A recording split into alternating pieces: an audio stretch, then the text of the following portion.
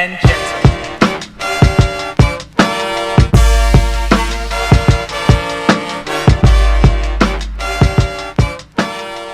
How's the gym so far, man? How it feels being a gym owner? Man, man, it's weird. It kind of hit me today on the way up here. Uh, Mhm. it's weird, bro. I turned in my all my police for all my equipment, my squad car, all that shit. I turned it in on Monday, and I got a little emotional, bro. Leaving, I got a little emotional. It's a big part of my life, and you work so hard to get there and shit like that. But we gotta run the business. Gotta go all in. Gotta go all in. It's sometimes it's funny that you don't realize how much something means until you're like moving to the next chapter. You're like, damn, this is kind of strange. It's kind of surreal, even though it's exactly what you wanted. Yeah, yeah. It's kind of sometimes kind of strange to do stuff like that. Yeah, absolutely. And like, I'm confident in the gym's ability. I mean, as far as like, me making enough profit or revenue and stuff like that. But just leaving that structure, that stability of police work and stuff is a little bit intimidating. Yeah, you're gonna be training clients as well, right? And you're gonna have trainers. Yeah, yeah, Let's let's say if you weren't training clients and you didn't hire trainers, it would be a lot harder to earn, right? To like, I would think so from a gym, you know? yeah. Absolutely. You know what I mean? Especially in a gym like this, Metroflex being more geared towards like bodybuilders. I mean, obviously we have everybody, from people on weight loss, people first time in the gym, but I would say majority of people here are pretty serious about it. So and you're not getting thousands and thousands of members up here, So it's I Yeah, think to yeah. be able to train and have trainers, and I do my online coaching too, but Okay, good, good. yeah, I, yeah, I've yeah, I found that those kind of hardcore gyms, they do attract regular people as well. Just yeah, a specific kind of regular person. The kind of regular people yeah, we actually kind of want, you know? yeah, absolutely. Those like you coach, bro. You have those lifestyle clients who are like, oh, I had 4 cheat meals this week, but and you're just like, all right, bud, like, let's try to have one less cheat meal next week, type of stuff. Or you have the lifestyle people that come in and they're like locked the fuck in, and they're like, I want to get in shape for a wedding or whatever. You know what I mean? That's kind of like the people I see up here. Yes, some of those lifestyle people actually shock me because some of them Yeah, are more locked in than the competitors. bro, absolutely, Yeah, yeah, absolutely. yeah, Yeah, yeah, they're far from few, but they're out there. They're yeah, out yeah. there. Yeah, At one point, I wanted to only like work with competitors, like yeah. exclusively, and then I found that just because you're a competitor doesn't mean you're locked in. You And know, dude, sometimes competitors be the most emotional, and you gotta be counseling them every fucking day. I just all kinds of stuff. what what gets me is like the goal setting. Yeah, There's yeah, there's competitors that maybe jump the gun a little fast, okay, literally have never forget prep, never even dieted, never even been yeah, in a calorie deficit, and they're yeah. talking about like pro card, right? Oh my Hey, god. and I'm like, wait, what did that come from? Yeah, I'm thinking nationals. I'm like, wait, what? When did this come into play? This is Yeah, news to me. You've never even been you, on stage. yeah, like Yeah, let alone been in shape. So I'm like, it kind of catches me off guard. And are then you sometimes, are you the type of coach that will be like real with somebody like that, or how do you tell them, hey, you're not ready? to be honest, I'm so real with them that I feel Yeah, like I have to change it slightly, yeah, just my delivery. I've learned that from Compton. Compton is a very blunt person, yeah, but but he's also aware enough to know how blunt he can be with who, right? yeah. Okay, Because That's true. I'm starting to learn that there is it like everybody's not built the same, and there's something to be said for being blunt and honest. But I think Yeah, sometimes you can help more people if you're able to be honest in a way maybe that's not as aggressive that sometimes we can come off. yeah, man. Uh, That's something I've had to learn definitely as I've coached. Like, not not everybody is like how you and I probably you probably take feedback the same way I do. Like, I like the bluntness. I like the truth. I like yeah, to be told, hey, you're still fat. You got to get in shape or yeah. whatever. But there's some people you can say that, and you can tell by their response, or they respond like, "Okay," shit like that. You're like, "Oh no," like I hurt their feelings. Yeah, yeah, Yeah, yeah. So some people shut down. There's a limit. There's a limit that I'm not willing to soften down to.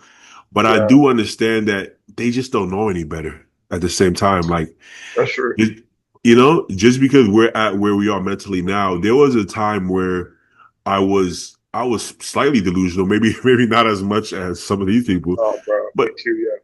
Yeah, there was a time where I didn't know any better neither. Where I remember sending pictures to my friend, my first prep. I'm like, well, what do you think? And I'm like, I don't know, 4 weeks out, and he's like, yeah, you look kind of like 3 months out, and I was offended. mm, I was bad, bro. offended, but I didn't act offended. I didn't say, "What are you talking about?" I Yeah, respected him.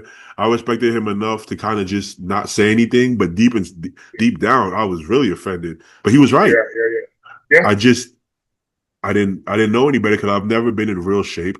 So you think you're shredded because you can see your abs and oh wow. yeah, bro. Yeah, absolutely. It's just But those first few preps, bro. I mean, one, I guess you're so naive that you don't understand how competitive the sport is, even on the amateur level.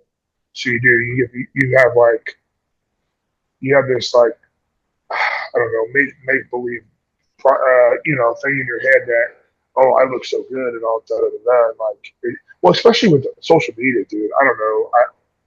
I see clients that come to me the same thing. Oh, they want the pro card, or I talked to a kid the other day, like 20. He's 20 years old, never done a show, and he's like, "I want my pro card by the time I'm 21."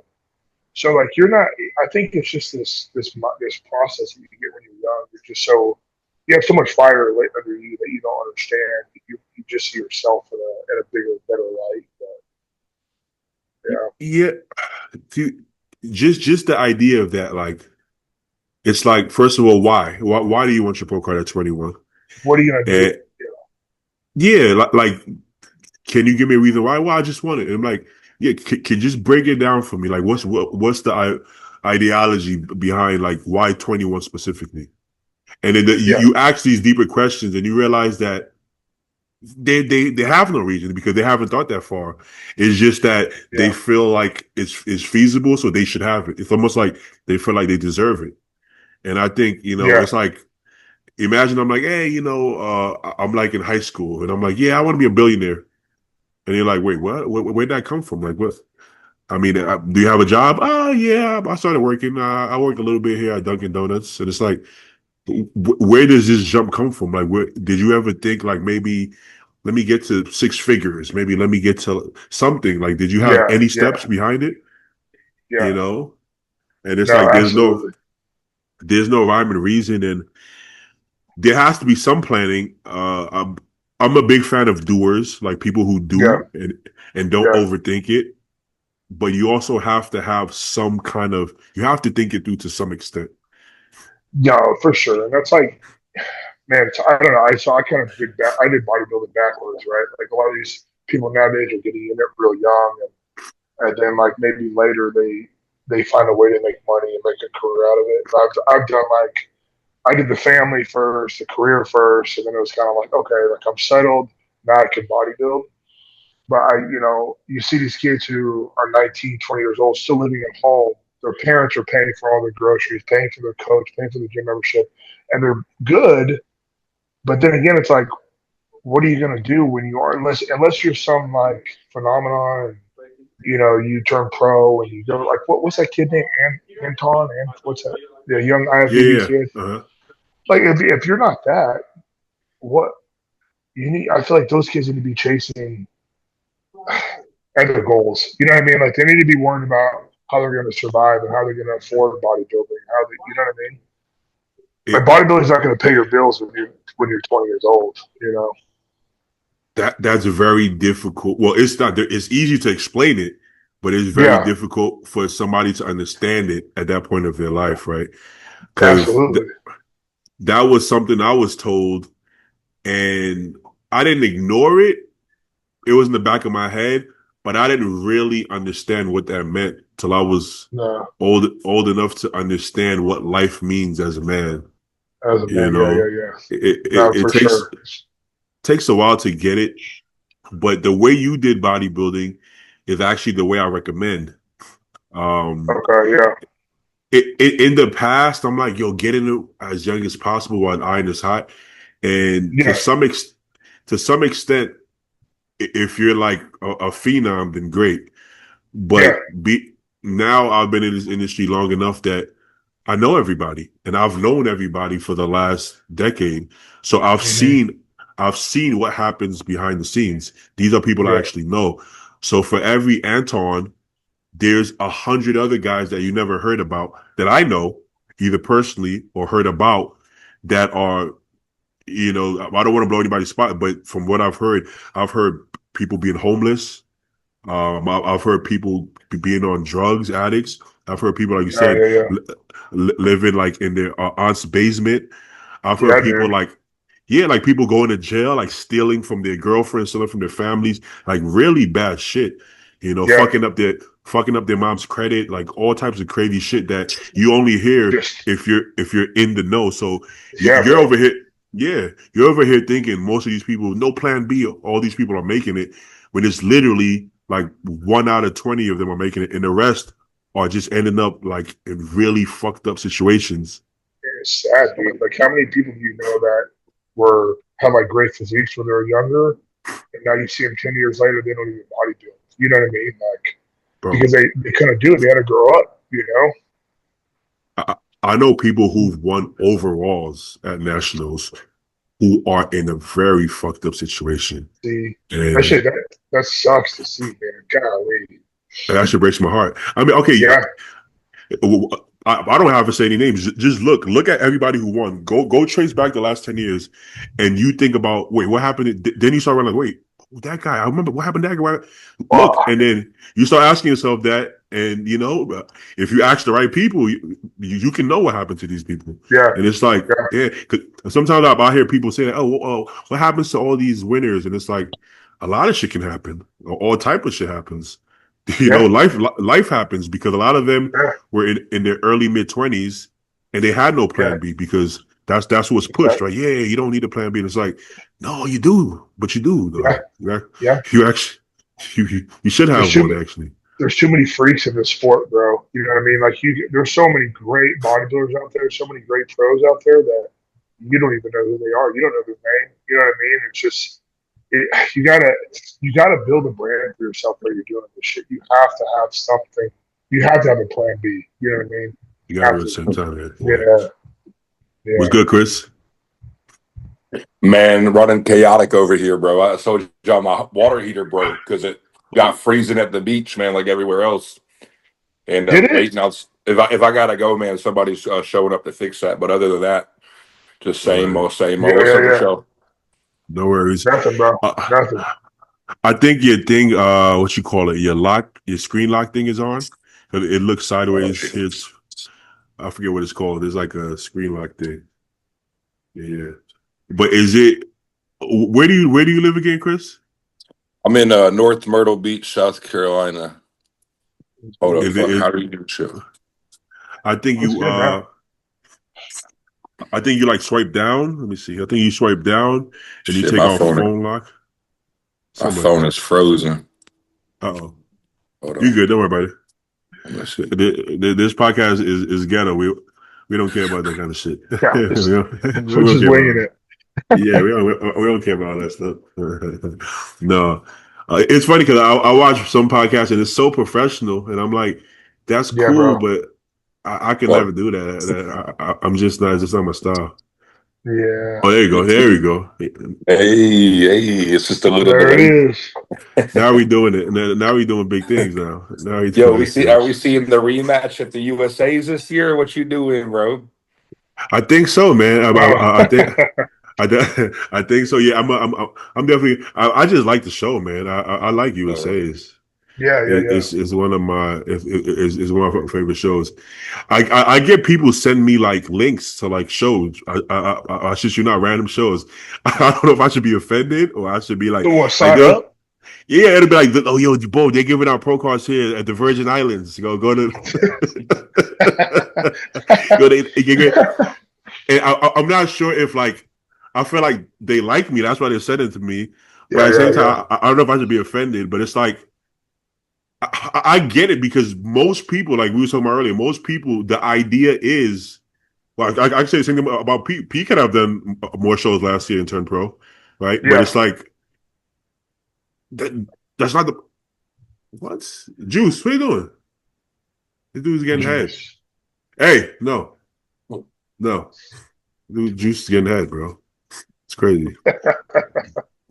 But, but yeah, the point isn't like trying to sneak a pro card or figure out a loophole. Like that's not Yeah, bro.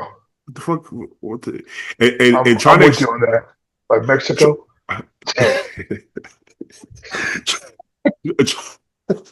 but Uh, but you're crazy. But trying to explain that to somebody, it's like you're speaking a different language. It's like, wait, so you don't yeah, want a pro card? I'm like, no, I didn't say that. I'm saying that the goal is to look like one, and then if I deserve it, I'll get one. yeah, But yeah, what if you bro. It's just like, got one? what's the purpose of getting one when you still need like you get your card and then you need a fucking 2 year off season before you can even think about doing a debut. You know what I mean? I'd rather if I didn't get it this year, I just wasn't good enough. If I, in my opinion, it's kind of like if you can't win, if I can't win the one I sign up to do, then I'm not good enough to go back, come back. You know what I mean? Like, I mean, this yeah. year may be different. This year, since I have more time, I don't have to like take vacation time. Say it doesn't happen to USA's, I'm going to run it, a couple more. But it's like a pro. A pro level physique should be able to go into any national show and win. I don't know. You know what I Yeah, mean? well, also the reasoning, I was told pretty much every time, hey, add a little bit more tissue, right? And they probably told you the same thing, right? Yeah, Now, yeah, if they told you, hey, man, everything is there, all the muscle, you got everything you need, just a little bit drier, maybe you'll be like, okay, yeah. yeah, let's run it. Let's go again 2 weeks later. Yeah, absolutely. Yeah, Yeah. that's So true. it's like, but if you're telling me I need more tissue, and then I come back looking the same for 3 more shows. Like, what's the point of doing that? Zero, you know? zero. No, Yeah, bro. Waste of money, man. Just a waste of money. that shit's but expensive. but people are so backwards that seems to be like that seems to be a weird thing to say. You know? Yeah, Yeah. yeah, I think people get into bodybuilding for the wrong reason nowadays. Like when we all first got into it, it was just how fucking far can I take my body? And at the end of the day, pro card or not, the people who are going to win pro cards in bodybuilding are going to rise to the top. But yeah, people, absolutely. average motherfuckers who are like, hey man, I want to try to do a show. Chances are only a select few percentage is going to go into the national level. That only a percentage is going to go into the pros. And I Exactly. mean, what's your limitation? Who fucking knows? We can say genetics, we can say time, we can say this person Yeah. didn't want it, whatever. But at the end of the day, man, we all just gonna bodybuild because that's what we love to do. No, Yeah. absolutely. You know? This might sound completely unrelated, but it's kind of the same thing, right? There was this one year, I forget how many years ago it was. Drake won a Grammy, right? Everybody, yeah, go Drake, go Drake. And then he got up on the podium, and then when he started talking, everybody's face kind of went cold. He was like, listen, this don't really mean shit. He was like, at the end of the day, we all make great music. It's all in the eyes of the beholder. I do this shit because I really does this shit. This don't mean the guy who Yeah, won the Grammy, everybody went silent.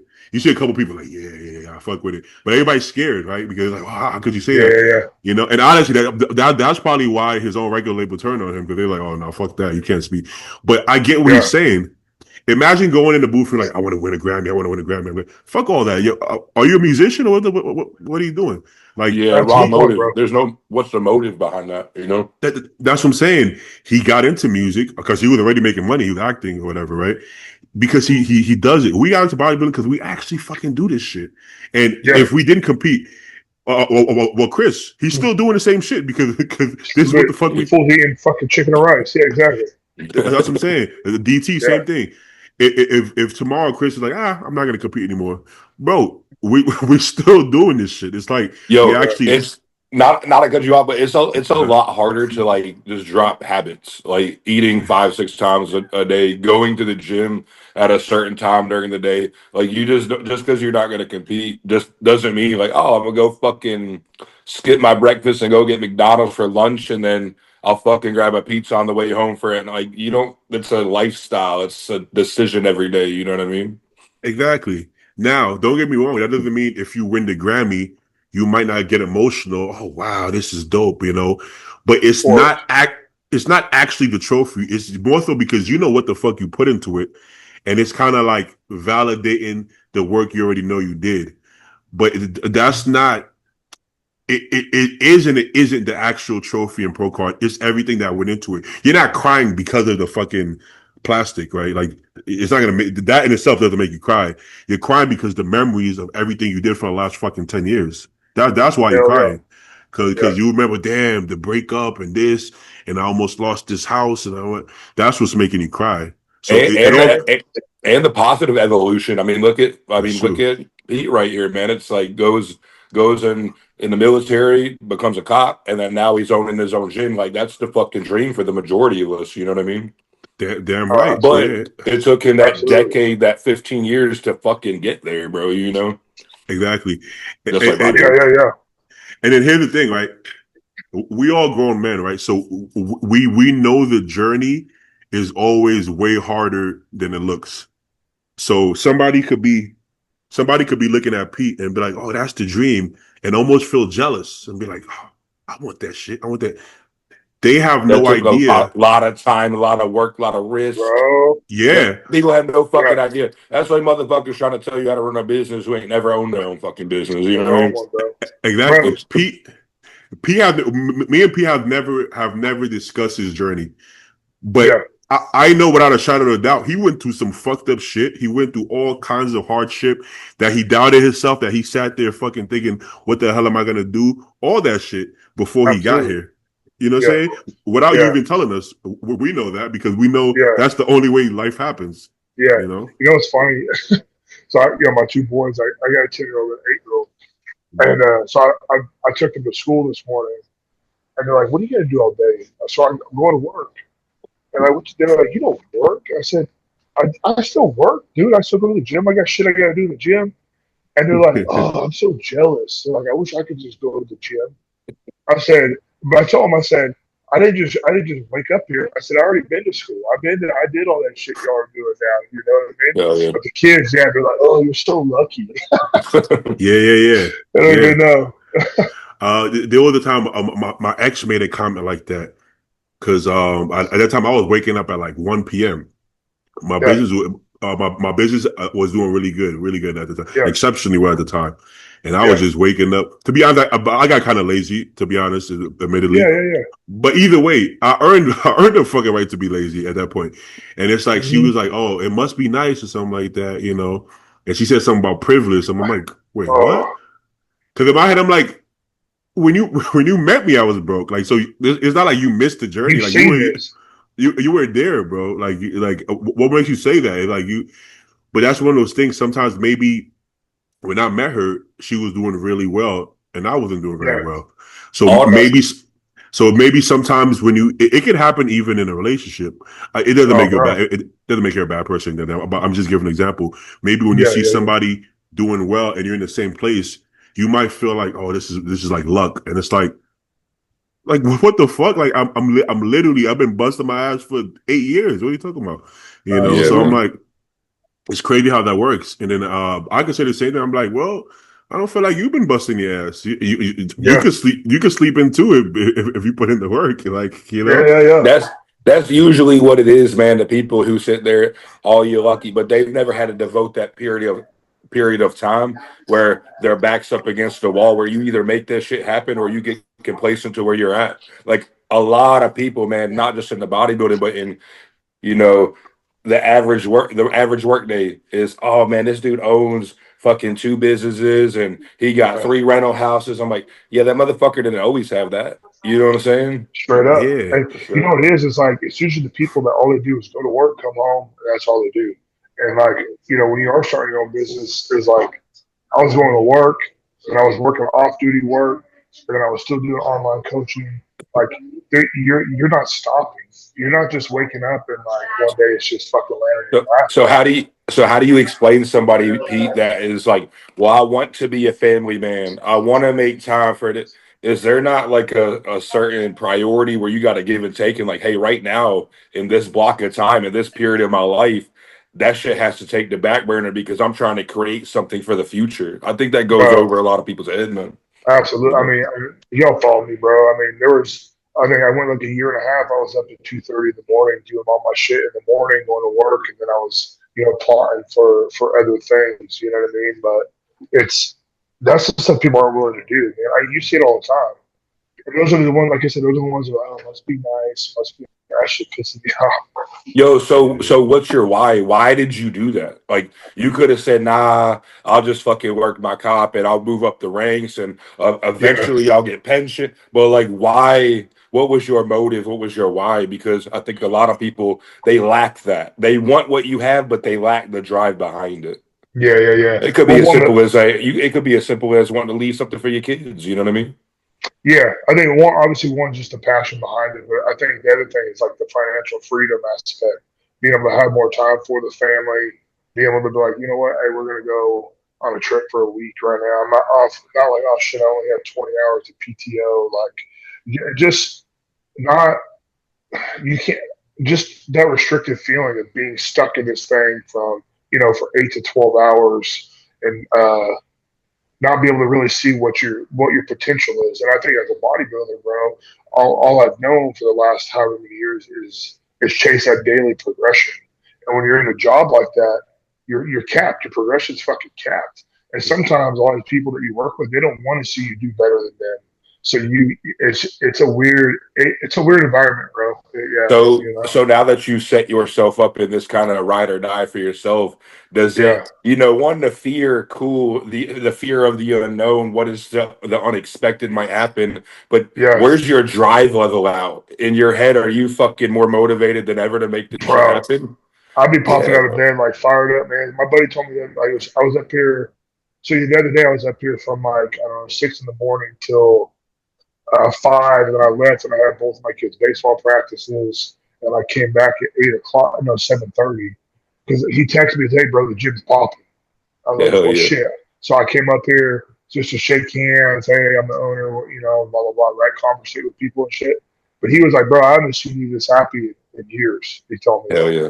So other people are seeing it, dude. It's a cool feeling. But that drive, like, yeah, I'm obsessed with it, bro. I just want to make this place like something I special. don't I don't think a lot of people will experience that feeling until they do go all in on themselves because I remember feeling that similar feeling of like, When, hey, this yeah, shit is real now. Like I'm not clocking in. Like the only way I'm clocking is in for myself and I'm writing my own paycheck when I own my gym. So I like to hear that side of people's story because I don't think like again a lot of people can't relate to that. yeah, They say yeah. why I don't how come you're so motivated to hit your meals and why do you train a certain way and why do you carry yourself a certain way? And I think the average mind, the narrow mind of thinking, it just won't allow the brain to elaborate on that feeling, without being in the Yeah. shit. You know what I mean?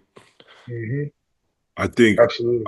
I think one of the most important parts is that you can't let up, man. Like the way life is, you can't let up. You could never get comfortable, right? Absolutely. Yeah. Yeah. You you see Jay still coming out with a new business every couple months, and it's like, whatever he said, why does he keep doing it? It's like, I think because he gets it. Like you can't let up because Yeah.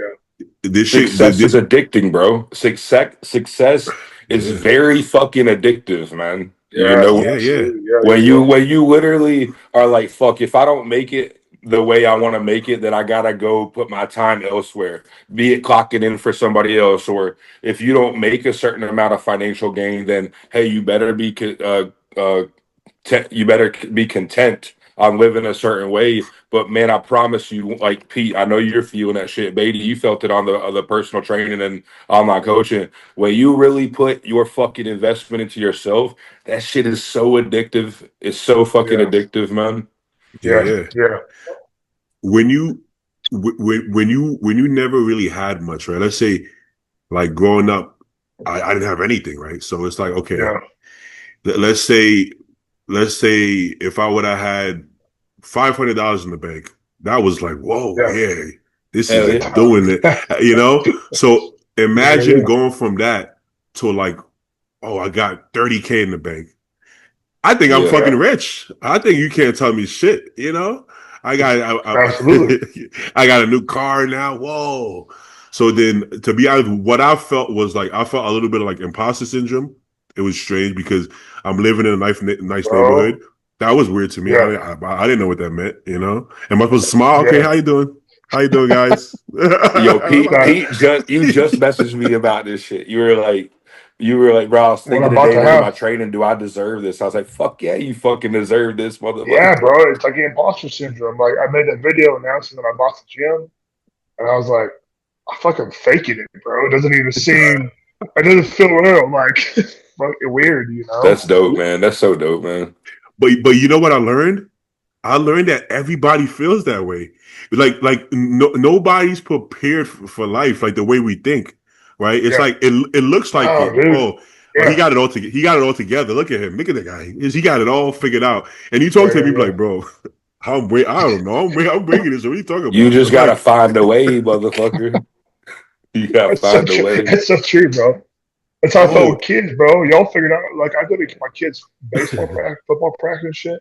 I'm like one of the youngest dads, Oh and I'm shit. like, damn, these dudes are like 45. I'm thinking like, you see it that way. I'm like, how do they feel about me? But you just figure this shit out, dude. Nobody teaches you how to be a dad, and I didn't have the best upbringing, so I didn't have like the best example. But you just kind of, it's you always see, it's a cool process, bro. But yeah, I mean, the yeah. same thing in life, man.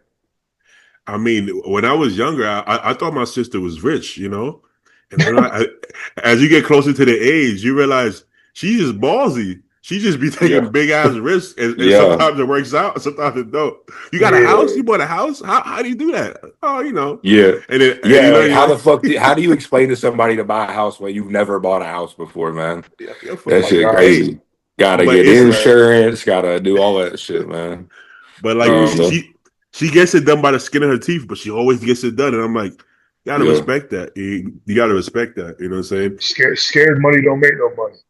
No, You no, gotta put it out there. you can be.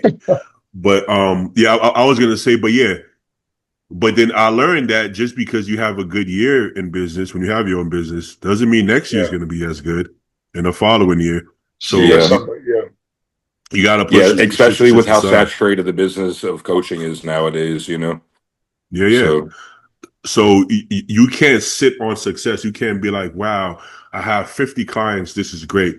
Figure something out. If you can't take on more clients, start a fucking team, start a different business, do something else because you just never know. So that's a good point. Yeah, that's something I learned. So I'm continuing to do that now. Like literally every day, I'm thinking of something new to do. I went and got yeah, my CC. Well, I'm in Cali, so it's a little different here. I went and got my CCW. I got my armed guard license. I still yeah, see all these streamers, and from what I'm hearing, they got like all this security detail that makes a lot of money. So I'm like, I used to be a part owner in a security company, so I'm like, the business partner was a weirdo, but I'm yeah, like, yeah, I could do it again in a different way. This time, armed oh yeah. guards with figure something out. Like, look around here. I'm yeah. in West Hollywood. What's around you? Fucking influencers that's making millions. Literally. I don't want to walk around with a camera streaming personally, but they need Hey, security. if you teach me how to make motherfucking millions, I will be that guy with the camera. I don't think anybody gonna watch my shit, but hey, yeah. Look at Rampage. Rampage is like what, almost 50 probably, and he's making a killing off streaming now. He's like, Bro, I'm seeing fuck it it. everywhere right now. Yeah. Yeah, he just Larry's doing what, Twitch or something now. what You do you know, do? Is it you just set a camera up and you talk to the camera? That's it. yeah, Like yeah, Like yeah. that's what is the streaming? What is that, bro? Oh, oh, I'm way behind on times, bro. It's You know like what I mean? games or something. some of them walk around with like three different people with their phones, and it's 24/7. Like they film everything. Like Yeah. some of them stream while they're sleeping. Like all jokes aside, for my That's sleeping. crazy. Now it's easy to go viral, but it's easy to go the opposite direction. Right? A video comes out. There's one of the popular streamers. There was a homeless guy in the burger spot, and he laughed. I don't know why he was laughing, but they were like, he laughed at a homeless guy. Cancel him because they're filming Yeah. So everything. it's like Holy so shit, people be bro. creating their own narrative based on who they want to see making and shit like that. Exactly. So you Yeah. you say the wrong thing with millions of people watching. It's live. You can't cut. So be Uh, careful. Be careful. I'll probably go out I'm on gonna be fucking canceled. tangents and be talking mad shit and then like say something incorrect that people take offensive or whatnot. You know? Or, Yeah. or go the opposite extreme, like the Clav, who that is? He Nah. does like looks max, but he's so Oh, you said looks maxing with him? Is yeah, that side? but I see. I know you're talking about. he's smart. He went what's the word I'm looking for? Unpolitically correct that he can't get canceled because he's trying to get canceled, so he can't. If does that make sense? Yeah, I feel you. He, But is he he is he is he authentic or is he playing the game now? I think a little bit of both. I That's think like, bro. I don't know if y'all mm, fuck with Jelly Roll. I used to like Jelly Roll way back, like whenever he yeah, was Yeah. out the Big mud game. with it, like really coming up with it off the top. And now with the country, I get it, and I get give the people what they want to hear, and I get that you can change your life. But I'm like, man, like you had a whole fucking following that was really rooting for you, then you just changed up, bro. Took a little Ozempic, put a little couple more face tats, and then went out and got it, bro. That's my Like bad. goodness. Should I that's I told her I was gonna get one of these shirts. okay. Very good. See, that's always a tough one to me, right? It's not similar, but let's say like it's like okay, if you want to make it in the music industry or Hollywood, you have to act. You have to pretend to be somebody. Yeah, You see, have to. So you that's you selling almost your have. soul for it, It you is. know. So that's a decision you're gonna have to make before that. Now with social media, you have, well, even YouTube you probably can't do, but there's routes that you can go and sell your music. You won't be as rich. You won't be as rich, but there's routes you can go to still be successful and speak your own mind. But it's gonna be tough. That money If change it. That money would make somebody change quick, bro. If you're not grounded, man. it does, sometimes I get it. Sometimes I'm like, oh, this person is trying to feed their family. I won't take it personally, but to each his own. I mean, I guess Yeah, it's like me right now, I wouldn't sell my soul. But what if I was already in that position and I have a family to feed? Then it's shit. like, 21, 22. You got a family. I'm doing anything to get it, bro. Honestly, you know yeah, what I mean. Like kind that's of what I'm you said. saying. I never judge anybody for their decisions, but you think a little differently as you get older for sure because I'm sure you were the fucking same, bro, in your early 20s trying to make Yeah, it, trying to fucking get your own spot, not have a roommate. You just like I want to fucking just make some money, bro. Any by all means necessary, you know. yeah. You That's know. the rough part. I mean, I think that never fully leaves us. That's why we can't risk being broke because if I'm broke, you Sure, don't we can't be broke, man. you don't want to be around me. You don't want to be around me if I'm broke. I'm not a happy dude when I'm broke, you know. No, man. So that's something I almost can't risk. But yeah, I guess to relate it back to bodybuilding, you see Hadi's going through something similar. Like, damn if you do, damn if you don't. If he Yeah. don't support his government, shit, he might be asked out. He might have to find a new home. If he supports it, his own people hate him. So it's like, damn, what the fuck do I? And What it's the a little fuck do I different do? over there if you disagree too. Like you Oh got yeah, freedom of speech over here to an extent, but who knows if he doesn't fucking tell them what they want to hear, so to say, what they would do to a person. there's. I mean, they can do I guess whatever they want. So see, but then if I was from there, I don't think I would be upset at him because I get the game. Because I'm thinking, I'm not gonna think with my emotions. I'm gonna think like logically. What do Pe- you want him to do? You People want him to be a martyr? Just die? But like, you come out, kill me. Then I don't give a fuck. Like, Yeah. people get so invested into other people's shit, bro. Like who really gives a fuck what Hadi's doing, honestly, besides, in my opinion, I'm a fan of his bodybuilding. I don't know him as a person, but like as long as you show up correct and give me some entertainment, that's why I'm following you. I really could give two fucks about what you got to say about your Your government or personal your, life. And, yeah. you know, like, yeah, but then it would say, oh well, he's got a lot of followers, and who gives a fuck, bro? Like, we really, you got a lot of followers and people paying your way, but it's like, are you really that invested to what this man thinks, bro? Hmm. That's the way the world is right now. I think it's a bit much. But I think it's a bit much. But we got to I talk think about it. I get it. yeah, I think it's a What lot about because motherfucking Nick Walker versus Andrew, bro? Who y'all bet? Who got hundreds on who? I gotta be honest. Man, Who got I did, hundreds on who, motherfucker? at this point, I think I got Andrew over everyone, I man. got I got to go Andrew, bro. I don't think But when they I turn love Nick, but around, and Nick is dug the fuck out from glutes hams, and they yeah, like, yeah, Andrew's a monster. I'm just playing devil's advocate because Andrew's yeah, ridiculous. But when they turn around and they say on the side shots when Nick is just fucking granite from the fuck, and then Andrew, is he working? Is he working like that on his posing? Or what's he want for 750 on the line, bro? You know? I think I think there's a limit. I think there's a limit when it goes both ways, right? It's like the shape and aesthetics only matter if you're big enough and hard enough. Hey, I'll But put 100 on Nick versus both y'all right now. really. Money or shut up. I Fuck. Hey, I can't. gotta go. I gotta go talk to this motherfucker, man. I'll Yeah, hop yeah. back on if y'all still on. All right, All bet, right. bet, bet. All right. Sounds good. Yeah. Yeah.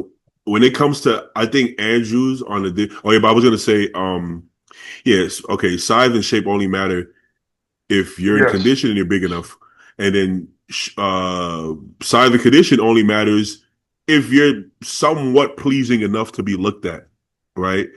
Yeah. And I think if you combine those, I think Andrew is big enough, and now he's hard enough to have To that overtake advantage. him. I think so too, man. I think he's just his his structure's so big, and now that he's filled out, I think he's filled out. I don't. I mean, he could probably always get bigger, but I mean, Yeah, his limbs have really filled out, and if his side shots are better, I mean, I don't think Nick can beat that. Especially yeah, if he's in shape. yeah, yeah.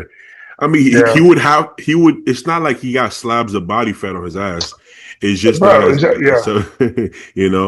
That's the only way that he wouldn't be able to win if he literally has body fat. But if his condition is looking like the Olympia level and he looks yeah, way bigger that he looks right now, I yeah. don't see even if Hadi comes through, I don't think Hadi could beat that personally. No, I don't think so. I think he's too Okay. far Yeah. ahead right now.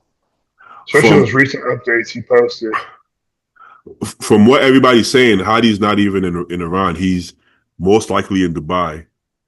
Yeah, So technically he could compete. I just think there's too much going on mentally. Either way, even if he does, I still got to go Andrew. I got to be honest. I still got to go Andrew. yeah.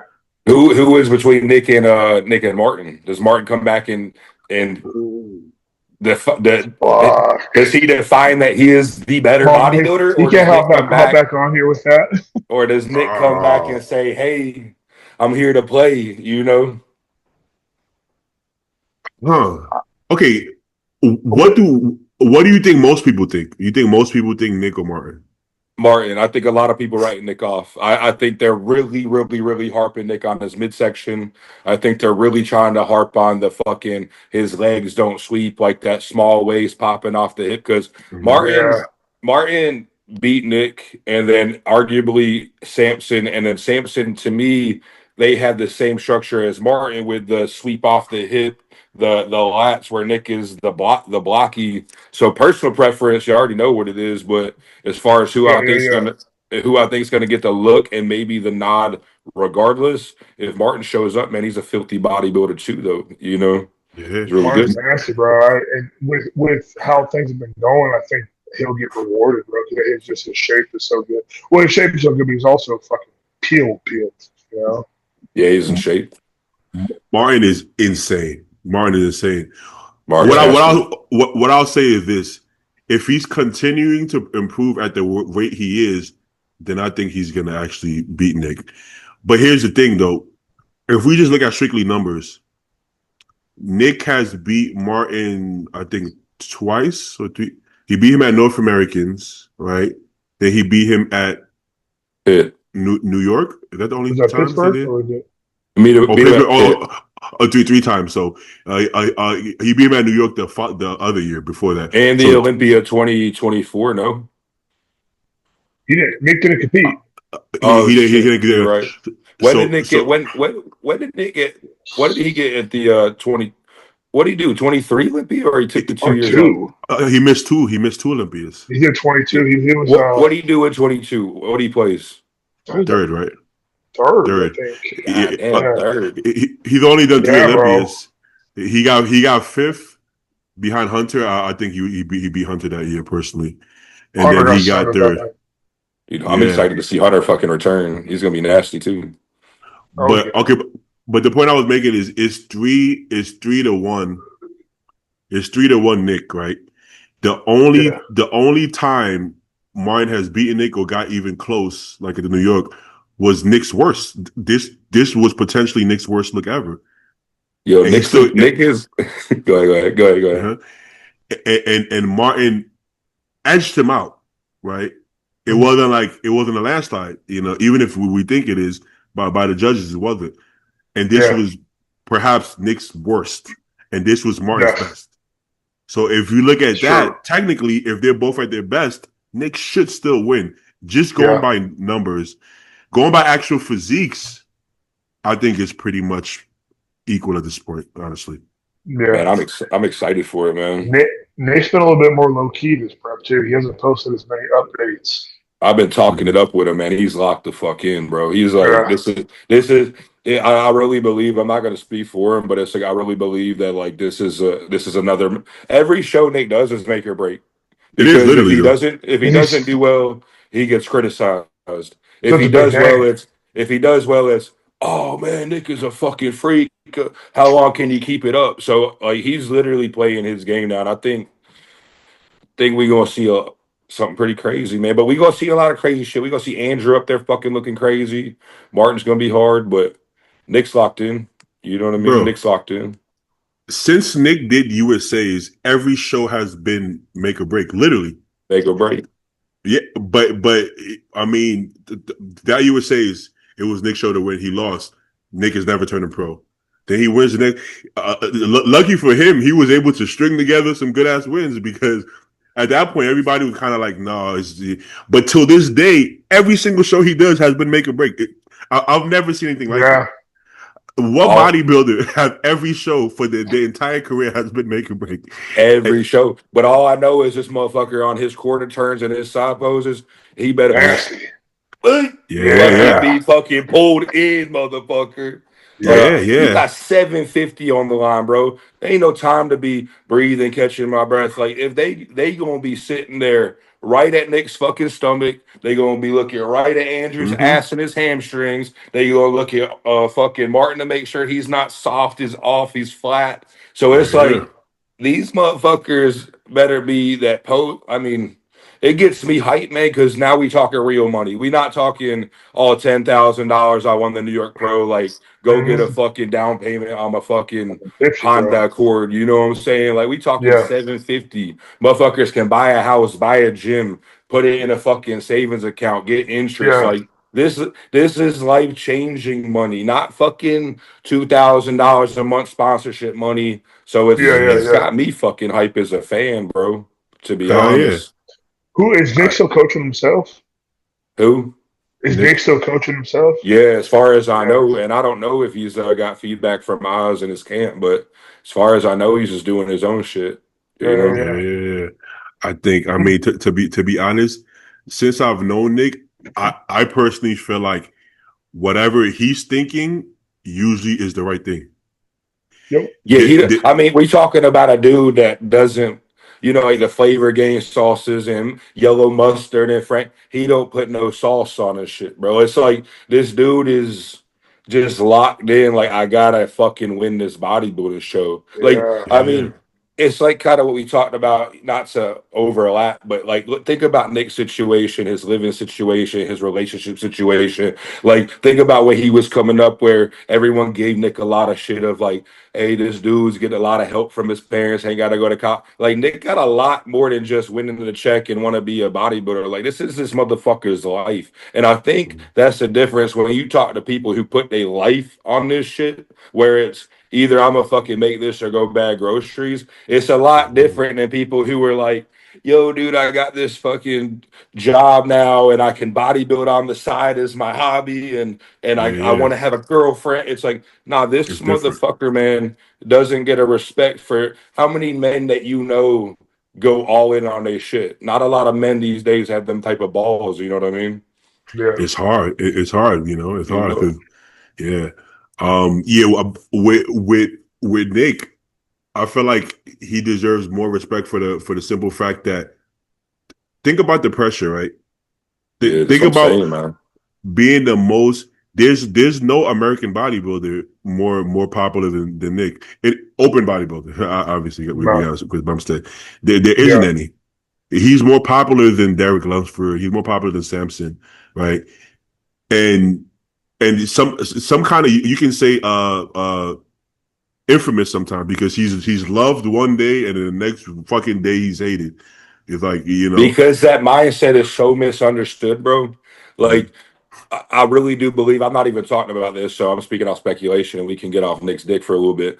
But it's like this dude told Fuad, "I'm not going to the fucking expo because I want to bring my best state, my best look on stage." This dude is not thinking about money how we all in our 30s have turned to money. This yeah, dude yeah, is yeah. not thinking about, oh, I gotta find the next girl and settle down. This dude is bodybuilding, and I think he does get a lot of shit because that's not normal, bro. Like, that's not normal to be like, hey, I'm gonna do this thing and I'm gonna fucking create my life, and any little thing that I'm asked to do, like, how do we know? We don't know why he's jumping from fucking supplement company to supplement company. All I know is I'm not seeing videos of Nick traveling to the fucking headquarters to do this, because this man is fucking bodybuilding, bro. And he's found a way to create that niche to where he's making money, not having to do all this bullshit and just competing to win shows. Like, to me, that was the ultimate dream for me. So I probably fanboy, idolize, and like, damn, this Yeah, dude's yeah, really doing it. So it was never for me to be like, hey, man, I gotta formulate a way and so I can bodybuild. For me, it was I'm a bodybuilder and I'm just gonna fucking train people, fucking personal train coach, have a gym on the side, and bodybuild. So it's admirable from a man now of where I'm doing shit for my income of renting a fucking rental house and training people and coaching. But this dude is just like, nah, I'm gonna win bodybuilding shows, and I don't really care who fucking likes the way I go about it as far as doing meetups and film and whatever. And he's like literally just betting on himself. So to me, that American fucking dream is like, I'm rooting for this motherfucker, man. You know? Mm-hmm. yeah, Do or yeah. die. Yeah, basically. What's good, Luke? Howdy, fellas. What up? What up? We was talking Big, about big Luke, bro. Them check-in pictures looking full blown, bro. You know, Daddy, bro. yeah, Bro, damn. Magic of the Sauce, bro. 3 weeks back on, man. Hey, yeah, hey, yeah. hey. There you go. There you go. Hey, Luke, how did y'all get Compton out the crib to come to come film Bro, videos? well, he was at the crib all week, bro. I did arms with him yesterday, dude. I don't need to train arms for another month, bro. He Yeah. did like, he did like, we did. I usually do like 3 sets bicep, 3 sets tricep, like 3 to 4 sets each. We did like 2.5 hours of straight arms. Good. Oh wow. He God was damn. on Damn. to the next thing, and y'all know Mike Condell. Yeah, yeah. Yeah, he was training with us too, Yeah. because they both just signed with Condemn. They're gonna announce that. So Did he um, announce it? I was gonna ask that. Did they he did. announce it? Yeah, they did But it. They're going to like they recorded a whole video for. That's what we were doing the whole weekend. They were here for like 3 days. We were just doing like content stuff. But me and Mike, like we kind of trained similarly, like more lower volume, a little heavier. oh, And Compton like volume. Yeah. Justin was like, yeah, what do y'all do for arms? And we're like, we're not going to tell you how to train arms, bro. You do the thing. We'll just follow. Cause Yeah. he's still, I mean, baby, you know, I mean, y'all, I'm sure you guys have seen him too. He's still big as Yeah. fuck. Like his arms are He still is crazy. Yeah. Yeah. And he says But he's only 220. He's yeah, like, he looks bigger than and that. he's He looks still, bigger than that. bro, I can't imagine what that motherfucker was like at 290, bro. I Yeah, can't. he's the Like, he's still on his shit. He's eating like tuna packets and avocado every like 2 hours. I'm like, what the that's what he fuck? does. Whenever he stays with me, he does like it's weird. I was like, yo, you need anything from the supermarket? And he'll be like, yeah, yeah, just some tuna packets and like I'm like, what the fuck? Why are you eating that, bro? You know? Like, Like I'm not why doing eat that this? shit no more, right, bro. right. I could make you food, bro. I got chicken. Nah, just take, bro. Like I'm offering, eat the chicken, and rice, Yeah. bro. Bro, Yeah. I he's like got some weighing chicken. out. He's like weighing out nuts and shit. Like, and he's on it, bro. Every time the clock hits 2 hours, he's eating, bro. Hell Damn. yeah. Hell That's yeah. cool, man. That's cool to see. Hell yeah.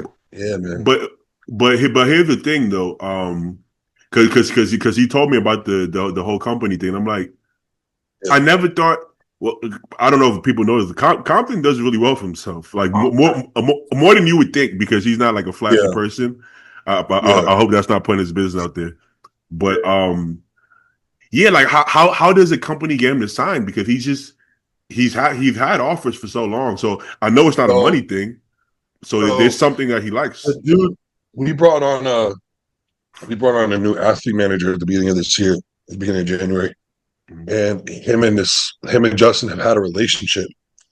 Okay. And so I think it's a friendship there. And then also like Condemned, we're doing a whole shift back to bodybuilding, right? Good. And we're trying to build out a team of guys like around us to cut that are like real bodybuilders, and we're rebranding, like we're relabeling all the products. We're coming out with new stuff because it got way too far into that like ex-con tatted up Chico LA shit. You know what I mean? We're Yeah. like, Yeah. Yeah. I'm a white kid from Connecticut, bro. Like, I don't resonate with that. You know what I'm saying? So, um, but like now I think Mike, the CEO, because they used to be tapped into more in the bodybuilding space. You know, they had Nick, they Yeah. had Jordan, they had all these guys, right?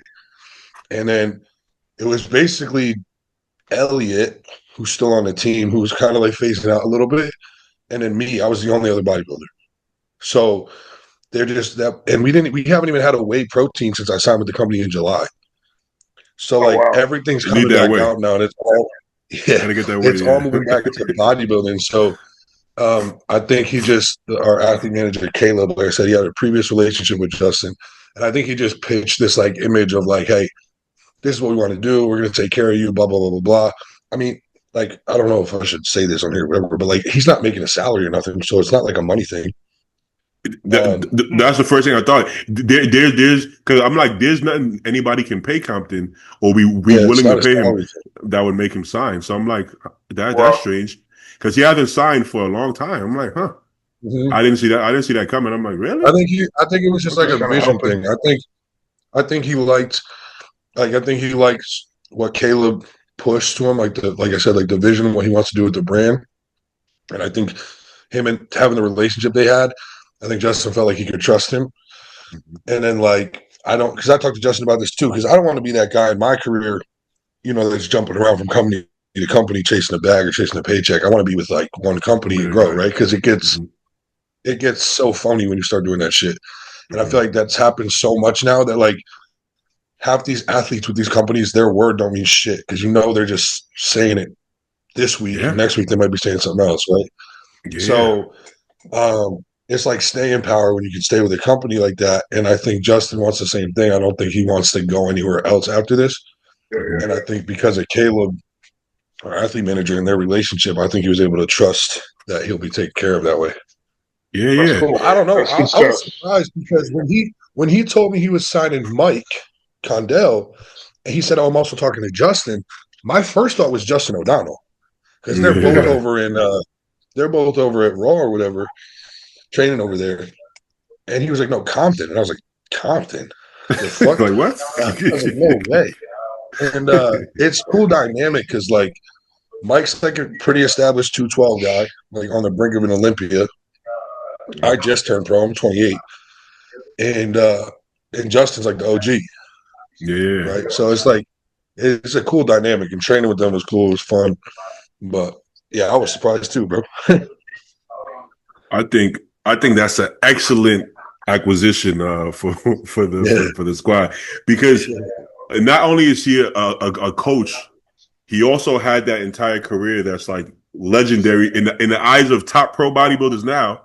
But on top of that, he still looks like a miniature. I would say miniature bodybuilder. Can't say that. He still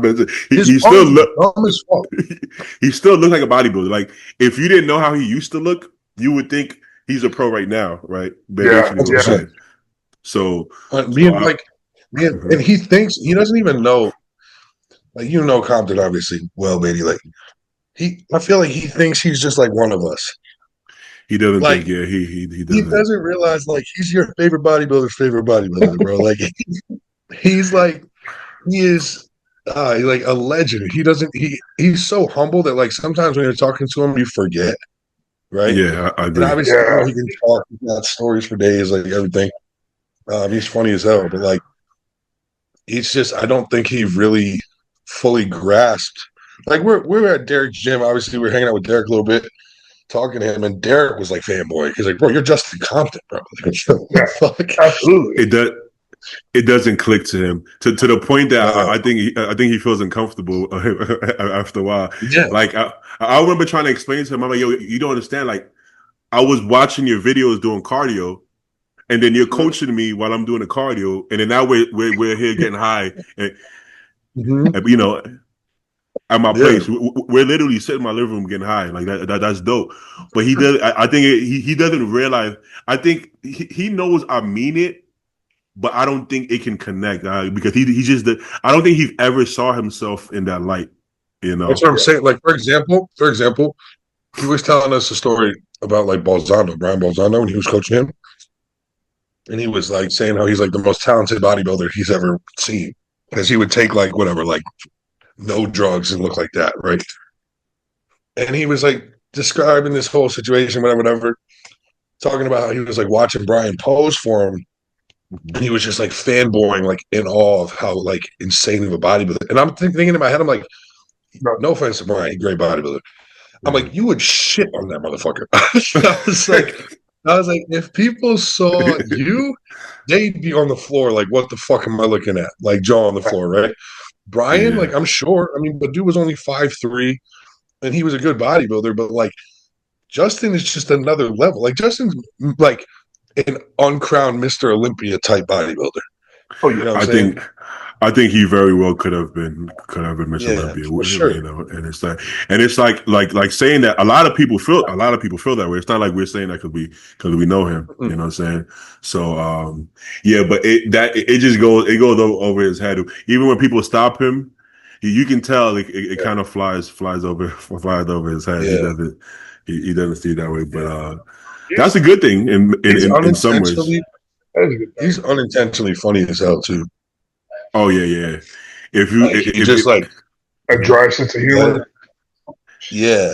And like when he was like trying to record, like he did an announcement video, like when we first got there, like announcing like he was signing with Condemned or whatever, and he kept fucking it up, like the simplest things. He was getting so pissed, and it was funny as fuck, bro. Like he's, I don't do this shit, bro. The convos we have off camera mode. If we could record that shit when it's me, him, and Zayd smoking in the Yeah, I'm balcony or sure. something. Oh, the conversations are Bro, crazy, man. he just got stories, bro. He can just talk. Like we Oh smoked yeah, cigars on Monday night. We like all during the day we all like chilled out by the pool and just smoked cigars. And he was just going for like hours, just like telling crazy stories about this, that, and the third. I ended up yeah. there until like 2 a.m, bro. I was like, fuck. Oh yeah, you're gonna be there for a minute. Yeah. Pete, are you with a supplement company? I wouldn't know. Oh shit, a free agent? I'm not. Yo, Free agent, Pete, baby. you remember? Do you remember when I reached out to you in the summer and said I had an opportunity? Yeah. This is what it About was. It okay, just got happened you. way late Got you. because I was Okay. gonna. It was. I could talk to you more about it off camera, but Yeah, it was No, tied into this. don't talk to him about nothing. I know some. I might know some people that might be interested. Don't talk to Pete about nothing, bro. Uh-huh. yeah. No, man. Hit me up. First, Hit me bro. up. All right. Oh Well, shit. what we got going on in Luke? Luke is about to he's about to steal Pete. All right, let's I see. know. Let's see. Now, Grant, he I hit was me on up the earlier, first, but though. it was about you asked if I was going to the Olympia, and I ended up not going. So we never talked Okay. about it. Yeah. Hey, are any of you going to the Arnold? Well, I was just Nah, I've talking been about that traveling today, man. like, too much for my budget, bro. Yeah. I've actually never I've never been. been to one, but I'd like to. Yeah. I was kind of planning on going, but Yeah. I took some financial losses, man. So I think I'm gonna sit this one out. Mhm. But the I Olympia, feel that. everybody going to Olympia, right? Yeah, Okay, good. Yeah, for sure. we can't miss Olympia. All right, but let's see what's Texas Pro going on. too. Oh, okay, yeah. Well, I guess it depends on what our how USA and all that shit goes while being prep. Don't you live in Texas? No, yeah, Yeah, you do. yeah. It's like 30 minutes from the house. Yeah. Okay. Hey, I thought this. Let me share the screen. What do you guys see? You guys see the Nothing yet. bodybuilding, my boy? Nothing? Yeah, seriously. Oh yeah, I see it. Yeah. You see? Okay. All right. So I've been seeing mixed messages about Hafa, they call him. Yeah, Mm-hmm. Hafa. About his conditioning and his improvements. Does he look improved to you guys? Size, condition, anything? You doing I'll Arnold? say this Mhm. because Compared last to year he was last. off. Last year he was off because of kidney issues, right? Whoa, I didn't know that. I think it was a health thing. I don't think he took the year off to improve. Oh well, I yeah. think he I mean, could. if it was a kidney issue, he definitely shouldn't be trying to pack on some Yeah. size though off That's season. what I'm saying. So I don't think. Don't quote me on that, but I'm pretty sure that's what it was. But then also, like, he's never been a conditioning guy, anyways. That's always been Man, his knock. I mean, he looked in good shape.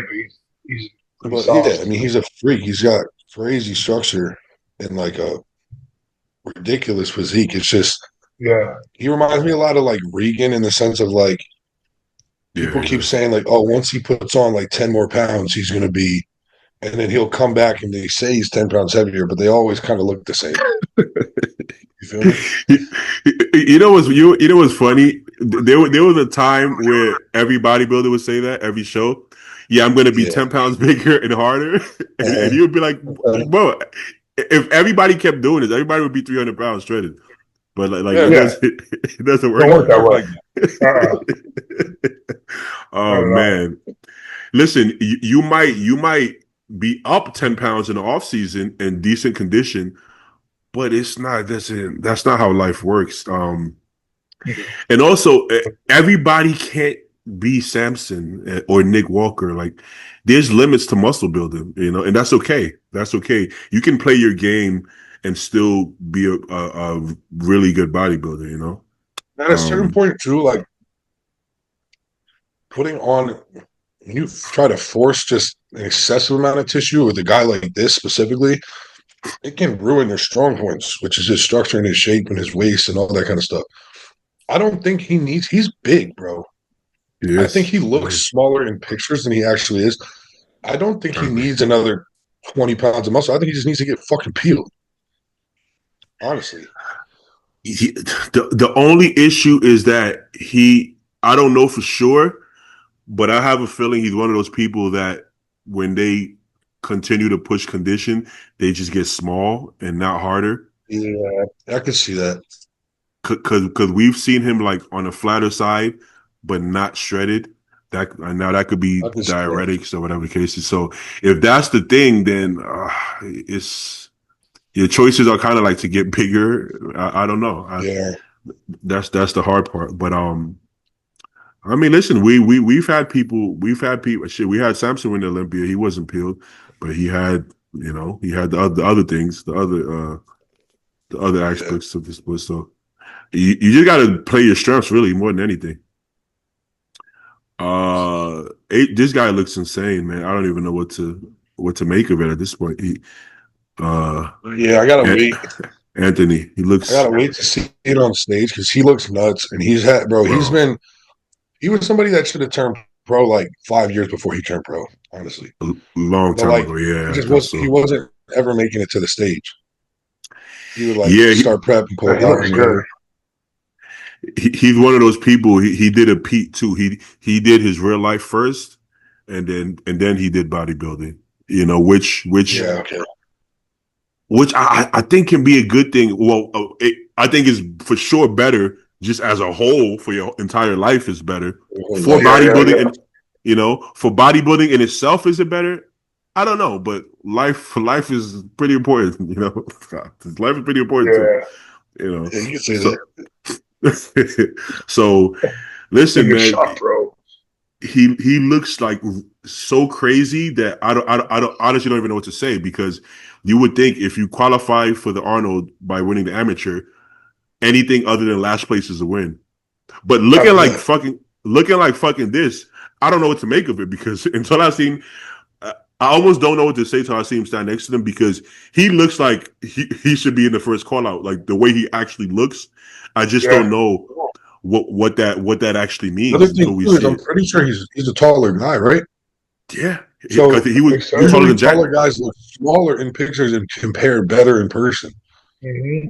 My whole point. So because I think it's going to come down to conditioning. I've heard some things. I just think it's going to come down to conditioning, bro. Like I think it looks like him and John have something figured out. John didn't miss Austin, and so if he can get peeled from behind, like I think he could surprise some people. Like you said, anything better than last place is a W for this guy.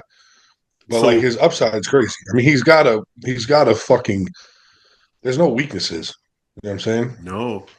So he was coaching himself as an amateur, and I thought he worked with Jansen for a little bit. Yeah, that was previously. But this that was like a few years back.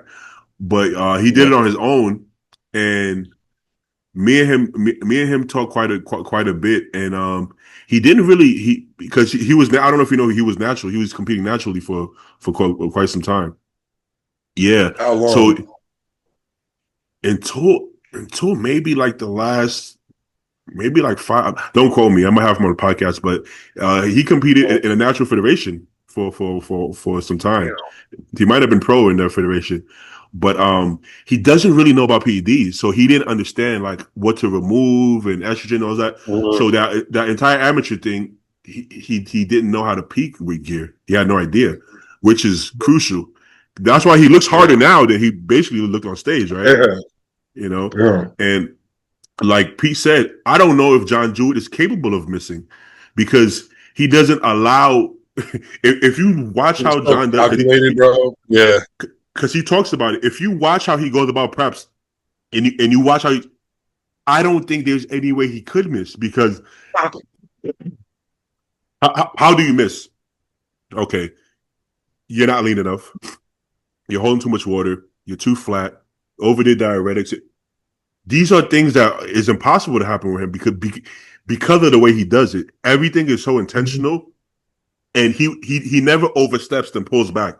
He does exactly what he needs to do by the feedback every single step, down to backstage. It's not like you go backstage, take a drink about 8 ounces of water. No, he's actually backstage watching you, and he's like, no, don't drink the water. Yeah, drink it. So down until the moment you get on stage, he's calculating it.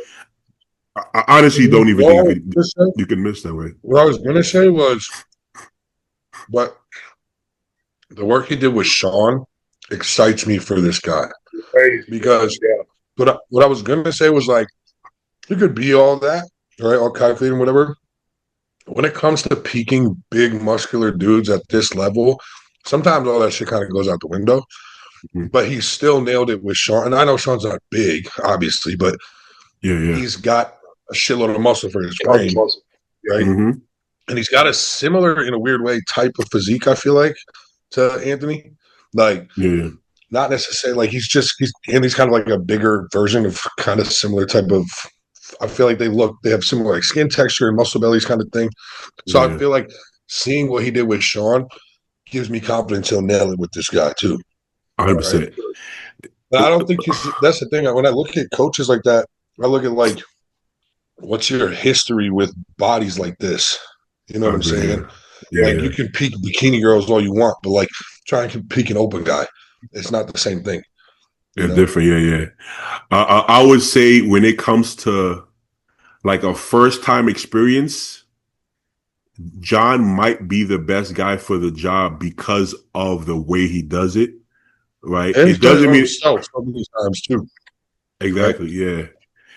Now it doesn't mean it's going to be perfect, but I think this is probably the best guy potentially for the job as far as making sure that you don't give yourself any reasons to miss. If your body just is not responding or some shit, it is what it is, But John has his guys like he already knows what look he's looking for stage day like 2 weeks out. Exactly. He's like weighing in after every deal and shit. Exactly. So that's something that I started doing with my clients. Like I want to see the stage look at least 2-3 weeks out, Right, yeah, for sure. The only issue with my clients is sometimes they do things they're not supposed to do, so they're not, so they're just like, well, I can't 2-3 weeks out. I can't control that part, bro. But I feel like that won't be the case with A-Train over there. Bro, he was super lean as off season the whole time too. Dude, I think there's a couple guys I'm thinking of off the top of my head that he could knock off right away. I mean, don't say it, but I agree. He beats Hassan Mustafa. I don't think Hassan should beat him. If he's in any sort of respectable condition, there's no way. Big boy. Well, I got to be honest. Some of the condition he brings, bro, I'm surprised he. It's like disrespectful almost. Yeah. Well, like muscle got to count for something, but bro, sometimes I'm like, nah, man, that ain't it. You can't do that. Don't do it like that. Yeah. You would think with that much muscle too, he could get in shape, But there's like difference, like he's not even hard. I mean, there's hard with maybe not as much detail because you have so much mass, but he's just like he's not even hard, bro. It's like Rubiel. Like he doesn't appear to be in shape, and he could still get in better shape because his legs are so fucking stupid, bro. But his glutes kind of come in, and he's not like he's not fat to the point where he's like soggy, bro. Like Hassan's like hanging, bro. Like there's fucking fat hanging around his trunks. Like it's not just like skin and like a bad peak or no detail. It's some fucking it's body fat, bro. Like everywhere. Shit, we've seen pictures like it'll be like 2 weeks out, 4 weeks out, and we're looking. We said, "Huh? How many weeks out?" And we're like, "Okay, all right, say no more." Yeah, bro. No offense, Hassan. I'm sorry. He's a No, he's really a nice guy. freak. Yeah, He's But a great dude. Oh my god, yeah. we seen him one year win back-to-back shows, and now he wasn't peeled, but damn, for that much size, it was AJ, bro. that's close enough. It was Yeah, yeah, AJ. yeah. But That was a few years uh, ago now, though. yeah. So Yeah, then the issue with you be like, well, why didn't you stay with AJ, right? yeah. Well, then You know. there lies the problem. Yeah. You know. We can't say we don't know exactly why, but from what we've heard, a lot of some people feel like it's too aggressive of a peak maybe. But listen, man, I don't know, man. If this is your career, don't I think like. what it really is, Huh? I think because of the hurt so-called protocols that he does use, I don't even think these guys are afraid of it being too aggressive. I think they just feel like shit and they don't Oh, want to feel like that again. Oh yeah. you going for when your You estrogen know? is that low, you gonna feel like shit. If you Yeah, dehydrate, you gonna feel estrogen like is shit. somehow, it's impossible in the negative, bro. Like, Yeah, you're not you going gonna to feel very good. there's no level of body fat that compares to because I've done both, right? Died into the ground versus dehydrated with no estrogen. Bro, Yeah. but you can't get up. You can't get out of bed, Uh, And it bro. feels, bro, your life, it feels, it's so depressing. Like when everything, that you just know you want to live, bro. Like straight up. when that Bro, Arimidex comes in daily, bro, it's over for me. Yeah. That's yo, a that's wrap. that's literally how I feel. I'll be laying there. I'll be like, yo, if this building collapsed right now, I wouldn't mind. I'll be like, I wouldn't mind. I'm dead ass. I'll be like, well, Yeah, I'll be yeah, cool I with know. that. I've asked myself too, just be like, yo, what's really that bad if this all went south right Yeah, if now? this all, oh, bro, I'll be driving. I'll be like, yo, if I flew off that fucking bridge right now, I wouldn't even be mad at it. I just go terrible, to bro. sleep, bro. I just go to sleep. It's all over. It's I all good. hate it. I hate that that shit. that's so fucked up to admit, but it's true. That's how shitty you I feel, man. know. You're like, you know what? I It know. is what it is. Yeah, it is what it is. Yeah, that's bad. But I remember I couldn't go to the supermarket. I would drive to the supermarket and I would sit in the car and be like, I'm gonna go on Instacart. I'm like, bro, you're already here. Just walk in the store. I'm like, I can't do it. Here. I just Here, bro. I can't walk in the store, bro. I'm like, this Yeah, is yeah, impossible. I'll Yeah. go home and order Instacart. And I'm like, this is crazy. This is crazy. Yeah. So It's the same thing. You're like Once holding your piss on the couch until you're literally about to fucking explode because you don't want to get up. you hammer the AI pretty hard, don't you, buddy? At the end, uh, well, not anymore. But not I anymore. did. I've heard. I did. Well, I remember I heard you one. You were running like 6, and I remember that you were at a multi. Yeah. Yeah, Somebody. One of the pros that come in really good condition told yeah. me some protocols, and I was like, hey, it can't hurt to try. And that was what 20. When did Joe turn pro? 23. 23. Technically, it worked. I was dry, but damn, I was flat as shit, bro. And it's crazy because it's not even a body weight. I still weighed like high 240s, right? But I Yeah, looked like I was classic. No offense to classic, but yeah, yeah, yeah. I look classic. I'm like, God damn. But I was like, I I'm peeled though. Yeah, that's like the most like low key backhanded compliment you can get when someone asks if you're classic, bro. I'm like, damn. I'm like, I was Bro. 20 pounds over my fucking classic cutoff on stage this year. I'm still that Fuck small. that, bro. Yeah, Yeah, like, come Yeah, yeah. on, bro. yeah. 100%. I Yeah. got that after USA. It's like that guy's classic. I'm like, man, y'all. I was Yeah, like I'm like, God 250. damn it, My bro. classic weight like 220, bro. Yeah, Yeah, that's what I'm saying. My yeah. cutoff's like 228. I'm But 247. What the fuck? but you know what that a lot of times that could mean that you really shredded, you really Yeah, or you got, really, or really, what I like to think is, yo, I just have beautiful structure, bro. That's So, what it is. yeah, yeah, just yeah, be just beautiful structure. It's that Yeah, small no. waist I got, bro. That's all it is. yeah, yeah, yeah, yeah. No, that year I was doing for the last 2 weeks, I was doing 2 milligrams of Arimidex. I was doing A 40 day? milligrams, yeah, 40 milligrams of Novadex, And then Letro, I don't even know what Letro's dosed at, but I was doing double dose. So it was like, is it 25 milligrams or 2.5? What is it? Oh my god, bro! It's Holy 2.5. shit! Yeah. And on top of that, I already came off a test. So I came off a test D 2 weeks out anyways. Bro, Exactly. You see where it's going. That full show too. Like I joked about being negative, but like you can't get lower than 0. So like once you do it, all you got to do is bottom it out a little bit for the end, and Yeah. you're good. So here's the crazy part, right? You can't, and you don't actually get drier, but you feel shittier. No. Lo and behold, And somehow you will get flatter. You'll get flatter, and you will feel shittier for sure. But you're not gonna get drier. No. It's crazy. So you would think you cap out at 0, that's it, right? Yeah, but somehow you can get the negative. You can get the negative, but you can't get even positive. And then that's just the bodybuilder mindset of like more is better, bro. And so like if you take a little Arimidex and you dry out, let's double it up. You know what I mean? It doesn't work like that. But when I tell you I couldn't get a pump for like 4 weeks after the show. Oh, I'm sure. Well, you gotta have estrogen to get pumped. You gotta have sodium, and with I took diuretics too. So I took aldactone probably the first one maybe 7 days out. You know, all the way in, all the way into Diazide and then Lasix. So it was. I did the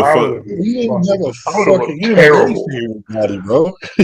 But when I tell you, I did the Shelby Starnes, bro. That's what I did. I did the full Shelby Starnes. The shit, death protocol, bro. Yeah, the shit that he had them girls on MD snitching on him. That's the shit I did. When he had all the bodybuilding girls on. Yeah. You just copied the same protocol. This might work for me, bro. Copied the same protocol. that tone fucking 7 to 10 days out is crazy. I can't believe that was ever a thing, man. One of the girls said she was on Aldactone 2 weeks out. Yeah. And then Diana started 7 days. I was like, yo, once he said that though, you didn't think that was a red flag, like where he was like, we gonna start. You get so like, especially in prep, like they're just like That's true. What's the word? Like their ability to like recognize, like to assess risk, just goes out the window.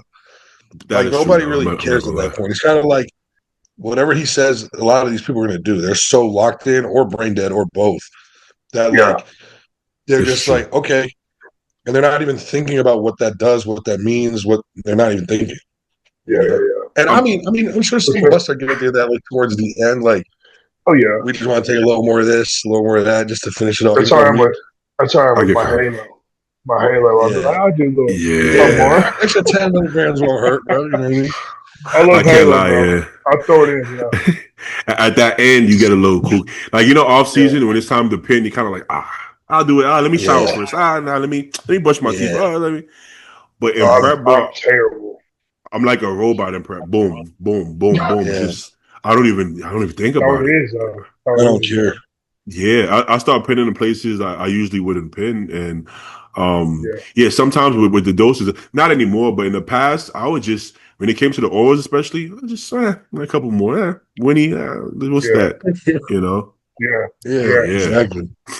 I remember John O'Regan used to at the end, the last 2 weeks, he would push the orals hard. The Winnie would be. Yeah, but I've heard coaches doing like just not all of them, but I've heard coaches doing 200 Winnie, but it would only be the Winnie.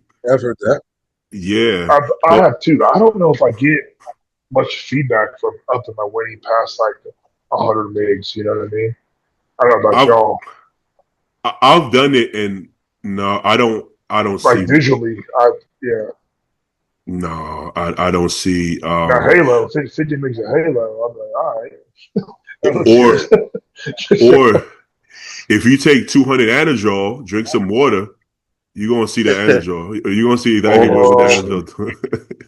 I don't even think, bro. Like when it's so acute, like, and you're just doing that for like 10 days before a show, it's not really gonna fuck you up. Like the diuretics are where it's more dangerous because like obviously they can fucking kill you right there, bro. Yeah. Like you're not gonna take 200 milligrams of Anadrol or Winstrol or whatever and die then. Like you're gonna be fine. No, the diuretics is a dangerous. Yeah. It's like when you're doing that for like 6 weeks, then that's a different story. But like the last 10, 14 days, if you want to fucking pop a couple extra Winnie, like you're good, bro. Yeah. You know? I'm like, I got enough left. Don't be good.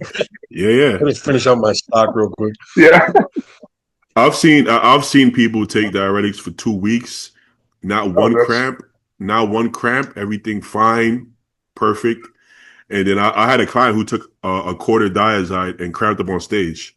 When Paul Dillette on stage. Shit. I would look like a fucking stick figure if I took diuretics for 2 weeks. I get so flat and skinny. Oh, bro, God. Some people can't take any. Like that client, even though he took that diazide, I saw him like sweating backstage. I'm like, "You good? You nervous?" Yeah, no, I'm good. And I had him drinking water and eating potato chips. I was trying to keep the sodium and water high. He's still cramped up. And I'm like, what the fuck? Yeah. I've never seen anybody I feel bad for guys like that, bro. Or the guys get up there and start shaking. I never know. Is that like is that part of dehydration? Is that an electrolyte issue? The shaking? I think it's a few things. I think he was nervous. I think that caused him to sweat more, and he was shaking a lot. I think it's a mix of different things. You know, that was his. He didn't look nervous, but he told me he was nervous, and he started asking a lot of questions. That usually means he's nervous. You know, so it's different for everybody. And he was peeled. He was doing classic peeled. I was like, "There's no way you're not gonna win this class." And the moment the what do you call it, the expediter gave him a fucking Pedialyte cup, I said, "Oh, that's it." If they got to give you a Pedialyte on stage, it's over. It's you're going to get last, and he got last place. Wow. They don't play about that. His leg locked up. He stopped posing. They gave him Pedialyte. He's lucky they didn't tell him to get off stage because sometimes they'll be like, "Get off stage," and they won't let you come back. Yeah. Really? It's probably dangerous. Yeah. So I mean, instead of giving him last place, they probably should have just put like DNP or whatever, some shit. Yeah, make him because he looked like the winner, right? So I think you should just disqualify him because putting him fourth, that's like kind of like, well, just disqualify me. Yeah. Get me out of there. You know. All right, let me pull this back up. See what we got going on. Okay. Oh, this Elias? So sick, bro. Holy shit. He trained up here at the gym on Saturday, bro. His legs are fucking freaking. Yeah, he's been looking wild, Yeah. You know when he turned pro, I thought he was gonna be one of those people that have a hard time putting on tissue. I didn't realize how young he was, first of all. Yeah, I think he's Luke's age. He's younger than me. I think he's my age. First of all, I thought he was a smaller guy. I thought he was like 5'6" or something. And then I saw him in person. Oh, he's a bigger guy than I thought. I thought he was a smaller frame guy. He's not actually. He's very wide shoulder to shoulder. Yeah, that's what I'm saying. So the fact that he looks this filled in, because he kind of looks like a short guy by himself because he's pretty filled in for.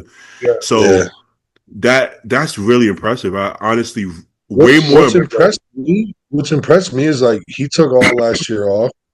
Yeah. After turning pro. And I'm not gonna lie to you, like when I was seeing some of his off-season progress, I was kind of like, he looks good, but I didn't see the improvements. And now that he's dieted down, bro, he's a completely different bodybuilder. And I think that goes to show like the importance of like growing, building the tissue, and then holding it for a while. Yeah.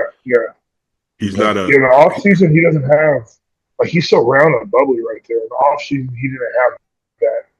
It didn't show, you know what I mean? But his skin texture here looks crazy. Like the side chest is like granite, bro.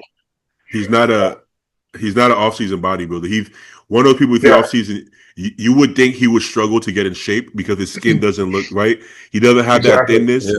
He doesn't have that roundness. He actually looks smaller when he's bigger. That's crazy. I think so too. Yeah. I think so too. Yeah. But he gets in shape easy, actually.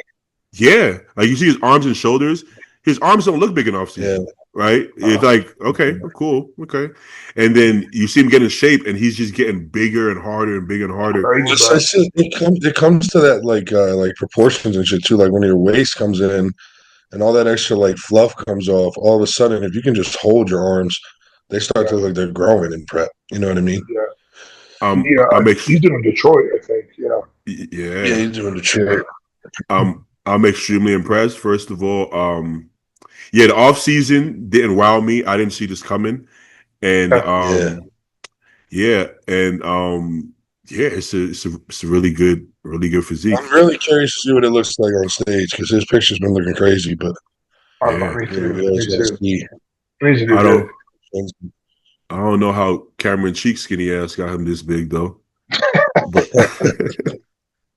no, I like Cameron, It's him, Mister Cheeks. it's him and Jordan's creative diet, bro. He eats like Jordan. All these like fancy cream of rice, all this variety and crap. I don't know how they do it, bro, but he kept it up all year. Me, I'll do that in like first 8 weeks post show. I'm like making my food all good and shit, and then I'm Yeah. like rice and chicken and barbecue sauce. But I don't like. I get so lazy with it, man. Do you think Yeah. everybody can get away with that, or do you think some people can? What? I, The cute meals and shit? Like yeah, like the extra. I guess they don't do anything yeah, that bad, but it's extra sauces and a lot of they be like fucking caramelizing apples and shit. I'm like, damn. Yeah. but they have I do a lot of shit like that though. Do I you? just have like I have a I have a huge sweet tooth, bro. Like, look, Okay. I still have a crazy appetite right now somehow. I'm on like Oh seven wow. thousand calories. I'm on like 7,000 calories for a while now, but like I'm still good, and I'm taking Retta. I don't know what the fuck going on, but I'm still Yeah. good. Yeah. So I get like you though, Pete, when the appetite goes, my food gets real lazy and real boring because Yeah, I don't bro. give a no matter what I do, I'm not gonna want it. So That's I how the just like try to make it as quick as possible, right? yep. But like right now, I'm still hungry, so like I'll take the time and like put some extra sauces and some fucking Yeah, green yeah. onions on my shit and whatever the See, fuck dude, else, you yeah. know what I mean? Yeah. I'm So excited for that time um, of prep. yeah, because I'm a fat kid at heart. Like I love like sweet, shitty food. So like if I can make my food taste that way, like Yeah. it's easier for me to eat. Gotcha. I'm I just get the reason behind it. I'm just not very good at it. Like only I have to be hungry. I can't. I couldn't do Yeah. a whole off season. Because if you're not hungry, then it's like a waste of time. It's like That's how. Yeah. I'm not. If you're not hungry, no food tastes good. Nothing, bro. So No like, why matter would you what you spend do. an extra fucking 10 minutes making it all pretty and shit, Yeah. and then you're not gonna want it? I'm just too lazy, man. I can't don't like I've tried to do it and I can't do it more than a couple of days before I'm like, this is a lot of work, man. It's a lot of Yeah. work, you know. What I did do was the I like the cream of rice with the what was it with the new oatmeal or cream of rice? I did the caramelized apple shit. That shit. You did do You that? did that? I I haven't done did. that. That's See, good. I That have done shit it with pretty good. bananas, bro. I kind of like put my bananas in the pan for a I like second. bananas too, Yeah, bro. yeah, yeah. Yeah, I yeah, but can't honestly. I I can't be tell you getting less than mad, apple. like bro. Like I love Ninja Creamy, bro. That shit still blows my mind. I'll do Is like that what one or you were two of those a eating? day. Yeah, That's what I you're do like eating. two of Is those a that what it day. looks like? Yeah. I'm not on that yet, bro. I haven't got one yet. I got the Ninja. What's that? What's the name of that air fryer we just got? Like the bullet or whatever. Ninja Crispy. Ninja Crispy. ooh, What's that? Ninja Crispy. It's like the new That's Ninja not air fryer. It's pretty legit. It's pretty good. I okay. like that. I Yeah, like yeah, that. yeah. You I could only do. do. I literally do like water and whey and like a little bit of like them sugar-free Jello packets, like a little bit, and Yeah, that's yeah, it. So I'll put like 60 grams of protein in there, and then I blend it up, and it's ice cream. I don't ever drink whey. I don't like drinking it. So it's either like going on my cream of rice and my oatmeal, or I'm Ninja Creamy. yeah, yeah, I'm so cheap to myself sometimes that it's gonna be hard for me to get the Ninja Creamy. I just bought yeah. my dog a gold chain and socks, but I won't I won't buy myself a Ninja Creamy. You said socks? I bought him some grip socks. I'm actually because I don't like when he starts slipping when he tries to run. I want him to Does get he that does he grip. keep them on? No, I only have him put it on if he's gonna like play around on like cement or like what do you call this floor? What do you call this floor? Uh, uh, Hardwood? I what don't fucking is know. it? Hardwood? Is it? Yeah. I don't know what the fuck you call this. But this I floor can't is see it. it's slippery. Is it dirty? Make sure. I, I don't want y'all to. I don't want y'all to see the roaches. So no. No, man, No, but I got three dogs. But my oldest, she's a golden retriever. I have two golden retrievers. The Mhm. oldest, so we have wood floor. Yeah, Again, her little like she tries to get up and her little paws slip out. She's a big girl. She'd probably be yeah, on a diet, but so she'd be slipping. And we bought her some little grip booty things, yeah, but yeah, she'll take them off somehow. She won't keep them yeah. on. See, that's what I was thinking. I know they're gonna take it off. They're not gonna want to Yeah. keep this shit on. They But don't like that shit, bro.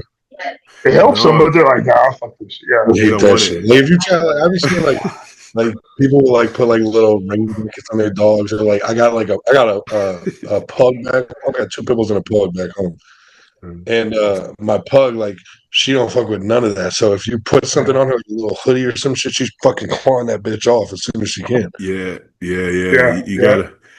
Well, if they don't get grip, if they slip a lot, they get flat feet because they can't grip. So they try to set their stance flat, and that's not. First of all, it's not good for their feet. But Juice is in prep. He got a competition in May, so I got to make Crazy. sure. You're like 12 I'm dead weeks out, serious. bro. Yeah, Yeah. Yeah, I know you will. it's called Cinco de Mayo XL Bully Extravaganza. So Really? his feet got to be right. They don't fuck with his feet. Got to be like this, cat feet. So I want that. I want him like this. Boom. You're right. Yeah. So they judge him Dang. like us. So he got to be there like this. Yeah. Bang, and then quarter turn them. He'll quarter turn. I'm like, yeah, juice gotta be right. You gotta be So up. You gotta be up there with them. yeah, yeah, yeah. So you I just got a do guy. commands and shit. Yeah, I mean, Yeah. I've seen dogs so fancy that they would just be the dude would just be standing like away from his dog with the snack, and the dog is just like this. Juice Right. can't do that. Juice he gonna run off and try to chase one of the dogs. Yeah. Yeah. Yeah. So I'm gonna have him there. Yeah, he gonna be ready. So what I'm doing is I'm cutting him down first before I'm doing Yeah. a pre prep. I'm cutting him down first. Then I'm gonna bulk him a little bit before I Yeah. bring him back down. You know what I'm Yeah. saying? Yeah. It sounds it's funny as crazy as it sounds. It's like I talk about it like a lot of the people there are former competitors and powerlifters. I'm like, so y'all You feel it said too, it. right? Yeah, That's y'all get the crazy. same Yeah. feeling. Yeah, I get You're the coaching your fucking dogs, bro. hey, no, I'm like Juice, no plan B, Juice. It's all or nothing. This is all we So got. are you feeding like he's a specific like diet and shit? Yeah, yeah. But it's for him it's one meal a day. I give him a whole chicken every other day. And then in Just a between he raw gets raw chicken. all your organs and heart, liver, all that in there. Yeah, he eats it, bones, crack, eat the bones, all that shit. What the God fuck? dang. Yeah, yeah. It's Obviously, savage, bro. Yeah. Juice's head. You've seen his head is this big, so he can do it. Yeah. But I mean, you wouldn't want to give that to like a pug. You wouldn't give a pug a No, whole no, no. chicken. Bro, I got two other pit bulls, bro. And one of my pit bulls, All that thing for days, bro. my pit bull Tank got a head like Juice too. It's like this sucking Oh big. yeah. Yeah, Yeah. that's the He'll only. run through anything. And then the other days, I give him ground beef with pumpkin, veggies, some rice, You turmeric. put more effort into his food, bro. Damn. Yeah, I for do real. more effort than myself. Yeah, Yeah. yeah. Yeah. You buy I him gotta protein, socks, giving him fucking full course bison. meals. And shit. The Jews he got 12 ounces of bison with cauliflower rice. You got like the fucking ShopRite shit on sale, bro. Bro. Man, I see some of these people that compete with their dogs and they have like 10 dogs and they feed them all like that. I'm like, what do Yeah, y'all but do that's a big deal. Man, what do I do for a living? Yeah, Yeah. whatever you do, put me on. How the Put me fuck do on, you? yeah. Shit. Because this shit is expensive, man. Oh man. All right, That let's see. cauliflower rice, bro. My first prep, I'd never been that hungry in my life. So I was eating so much of that cauliflower rice, and Me too. that shit makes me sick thinking about it. It kind of fucks with my stomach so sometimes with too much of the Yeah, when you get that hungry though, man, you need something. You need something to something to fill make that you feel space. okay. Yeah, Yeah, yeah. yeah. So Nathan Epler, he's one of those people.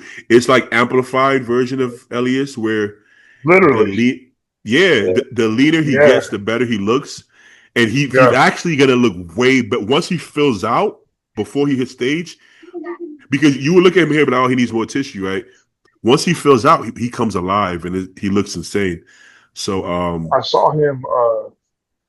Was it last year at Texas or the year before at Texas? I the year can't remember. before, yeah, The year he took before, third. he beat Jordan that time, or no, No, he he took beat him the second show Jordan or beat before. Jordan. He beat Jordan in That's what it Tampa, was. and then in Yeah, Texas, yeah. it was Andrew, Jordan, him, and then the British guy, I think, something like that. Oh, Lewis, Yeah. right? Lewis, yeah, something like that. Okay. It Oh yeah, was Louis some along Breed. those, Yeah. some along Yeah, those bro. I lines. remember But seeing him on stage. This dude yeah, has like this is one guy that if he did put on 20 pounds, he'd be so good. Yeah, yeah, he's good. yeah. Because his structure is I mean, crazy. that's a great shot, bro. I feel like he struggles in his off seasons.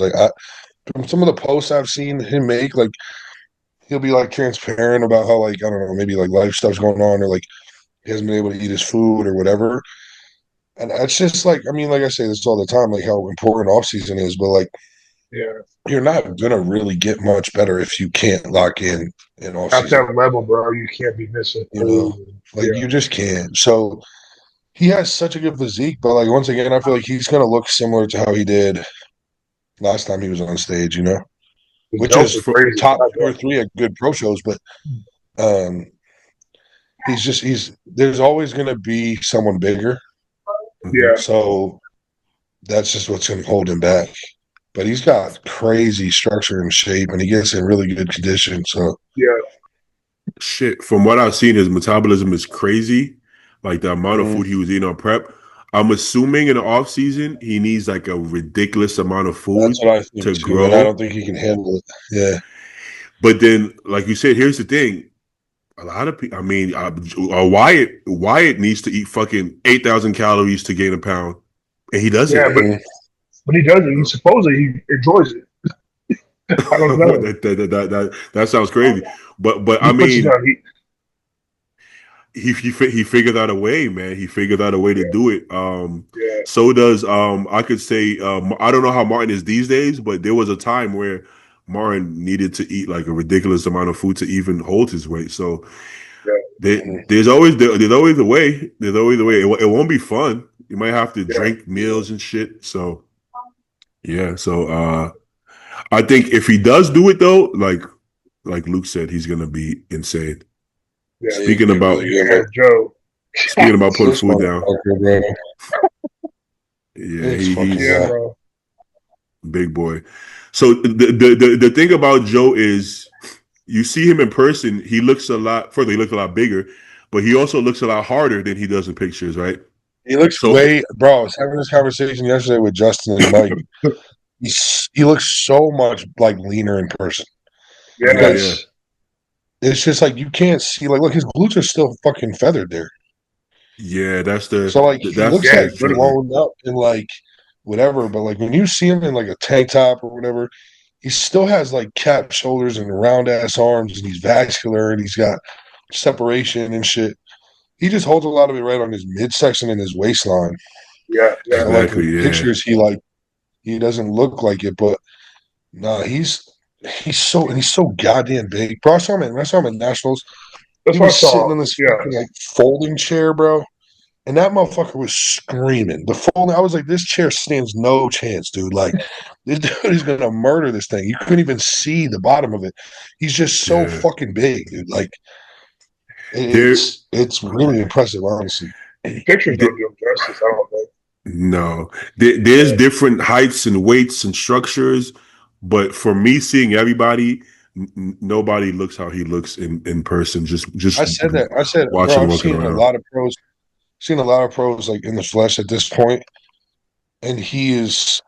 If I had to think off the top of my head, I mean, there's some guys I haven't seen, but like, Yeah. I mean, I've been around Andrew Jack, and he's wildly impressive. But like, Joe's bigger. Yeah. Like Joe's Yep, big, like Look muscular at as his, fuck. look at his Like, because they lat. look Look at his lat inserts, bro. It's like fucking halfway down his abdomen. well. yeah, Like to me, like Andrew and Samson, they still look like athletic to me, like a mm-hmm. huge athlete. Joe looks like uh, something else, like shoulder to shoulder. Joe looks It like it a does fucking it doesn't make cartoon of sense. like. He looks like that motherfucker from the Fantastic Four. That dude that's like, what's the The Rock fucking dude. the orange The guy? thing, Yeah, the yeah, thing. yeah. Thing, bro. He's like fucking like that. Andrew's still like when he walks in MI40 and shit, like he looks like a celebrity. You know what I'm saying? Like you said, an athlete, like a superstar. And don't get it twisted. Like Andrew, when I see him, he makes me want to retire. Like this dude Uh-huh. borrowed my tripod once. I know I told you this before. I was posing in their posing room. I had my tripod, and I walk out, and he asked to borrow it real quick. And I said, "Sure." Gave it to him. He hit his ab and thigh. I wanted to just leave, give him the fucking tripod and retire, bro. I was like, You I know, don't stick stand. around. I just posted that same year, and I did not look like that, bro. Like, Yeah, fuck me. yeah. But See, Joe is just so big that it's because like Andrew's one of those types of people where it's a lot of genetics. Not that he doesn't work hard, but like his structure and the way he looks. yeah, It's yeah. like there's nothing any one of us could do to ever even look remotely close to that. Yeah. You know what I'm saying? So like that's where like Yeah. that hopeless feeling comes. Joe is just stacked with muscle. Like and it's Mhm. wild to see all of that muscle like on one person, bro. It's all insane, man. I'm Yeah. so happy he did well last year because before that, in my head, I'm like, okay, if I want to turn pro, because me and Joe train at the same gyms and we work out together sometimes and shit Mhm. like that, right? Yeah, So yeah. in my head, because before that he was an entry level pro, so in my head I'm like, okay, if I'm gonna look like a pro, I need to be closer to that. And every time we would pose, I would get disheartened because I'm like, come on, bro. Like I'm that far away. That doesn't make sense. Like, is that really? Yeah. But then now I'm like, okay, so he's actually that good. It's not like this is not like Yeah. you know. So I'm like, okay, now it Yeah. makes me feel better about myself. I'm like, okay, so this is not just like your run in the mill, guy, right? Yeah. This is Yeah. like Yeah. this is the real. Okay, cool. Because I'm like, there's no. I'm looking at his back. I'm like, I don't want to be the one to say it because I've seen a lot of backs and I don't see backs like this. Is this just the angle? What's going on? Is that What's lighting? going on? Yeah. Yeah. Does my back look Man. like that? Let me see. No, it's not looking like that. So then I'm like, so now I'm like, okay, this makes sense because everybody said the same thing. Everybody's like, I don't know many people with a better back than that. I'm like, okay, good. So Yeah. now that's cool. Now everything is fine. So I kind of Whoa. wanted to hear that. Hey, what's up, man? What up, little homie? There's got here after school. Yeah, but Yes. like Luke said, with Joe, it can motivate you because you're like, okay, if I just eat a little more Yeah. food and train a little Yeah. better, Yeah. I'm like up the test, bro. That's what I said. yeah. That's bro. I'm not The gonna lie. Every test time I was see good. him, I'm like, I need some more GH insulin or some Yeah. shit because that's what I.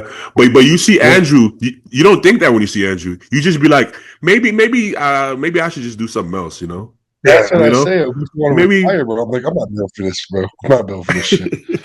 Like when you see Andrew, you don't think if I just take enough GH and eat Yeah. enough rice. It's the complete opposite. You just feel like this is something you just Unachievable. gotta have. Yeah, you just gotta Yeah. have it or you don't. So Yeah. maybe Mhm. maybe I just shouldn't even do it. Yeah. Let's just not do it. Yeah, you know, bro. because like him standing next to Jordan, right? You're like technically Jordan is is being a better bodybuilder because for the Yeah. bodybuilding metrics, he's better peaked, he's in better shape. Yeah. In some ways, you could even say more balanced, but Yeah. it's not even. But then it's not even close. So then you're like, How does that make sense, right? Yeah. So I could do everything right and still not even be close.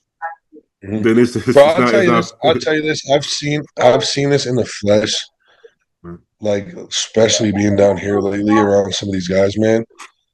Like I know everyone talks about genetics, and I hate when people like use that as a cop out, like, oh, he's just got better genetics. But let me tell you, bro, with the guys at the top of this sport, it don't matter what they do, they're going to be at the top of the sport. It don't matter how many meals a day they eat, how much gear they take, how hard they train. All they got to do is step foot in the gym, eat some semblance of protein, and inject themselves here and there, and they're going to be the best. Like, I agree. that's as simple as it is. I see these guys, bro. I mean, I've had them all down here in Tampa, like all at my gym, and I've been around them. They don't eat food. They skip shots. They don't train hard. It's just like I'm like, how the fuck are you that? Like, it's just that they were just born to be that good. Yeah, you know? I think that our working people works to the nationals, and then after that, I think it's a different ball game. I honestly think there are exceptions. Like, bro, I always will remember. I mean, honestly, nowadays he wouldn't have made it because it's not a point system. But like Josh Wade, it's true. Like he would just. I mean, I guess he had really good genetics to get in shape because dude was nasty peeled all the time. But like he was taking top threes at good pro shows, and he made it to the fucking Olympia one year. And I would say he is far from that level of genetics. But like to get to a point where you're like a real show winner, you have to have genetics on your side, bro. Yeah, you have to. It's like did Phil, Kai, Dennis Wolf, Sean Roden, did they outwork the rest of the Olympia lineup? Not even close. I don't think at all. No. In any way, shape, or form. Now, that year Branch Rowan took second. Did he outwork that rest of that top six? I think he did. I think to some extent, they all work hard, but to some extent, he willed his way to second. He wasn't. He wasn't technically. He didn't have any business being second, But he created that business to be second, So it can happen. Well, that's the thing. You take everybody at a certain playing field, and then you apply like work ethic. You know what I'm saying? That's where it matters. So like Branch has the genetics to be there, and all of those guys do, right? But then he might have a little more fire than the rest of them, and that's going to push him from sixth to second, right?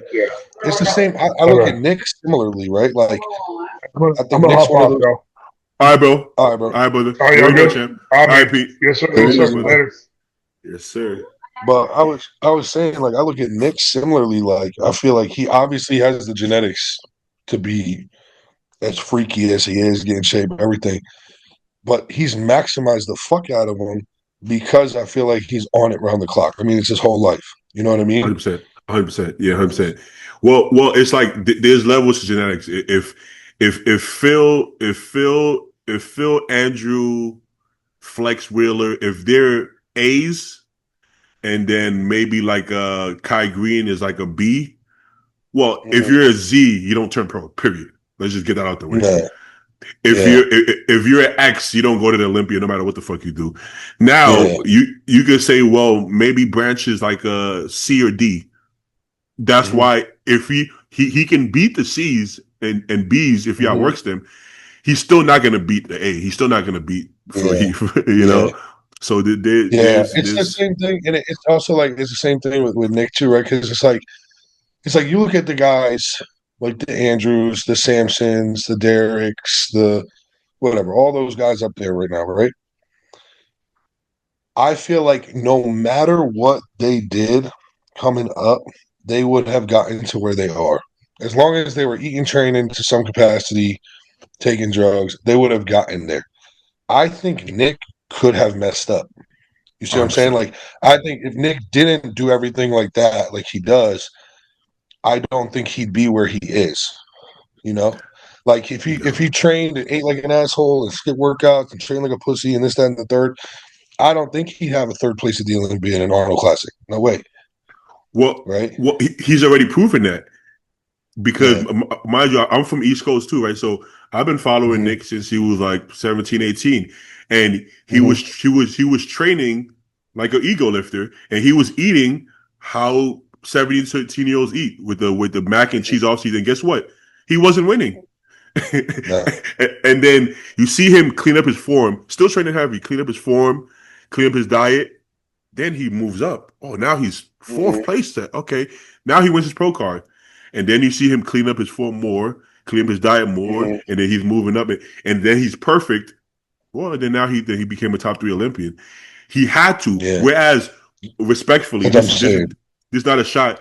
Branch and Johnny never changed their training because they didn't have to. Yeah. They turned pro and right?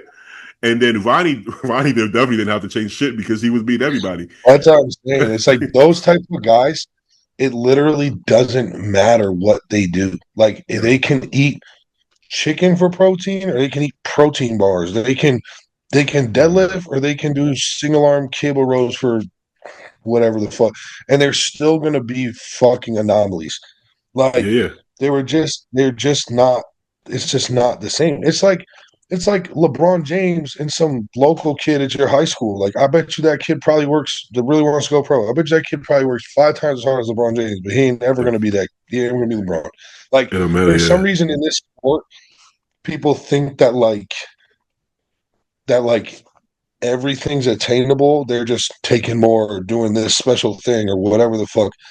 And to it, sometimes that's the case, but most of the time at the pinnacle of every sport, no matter what it is, they were born to be there. And no matter what they do, they were destined to get there as long as they didn't fall off. Exactly, right? Yeah. And there's nothing you can take, do, or anything in between that's going to make that playing field even for you, because it's not.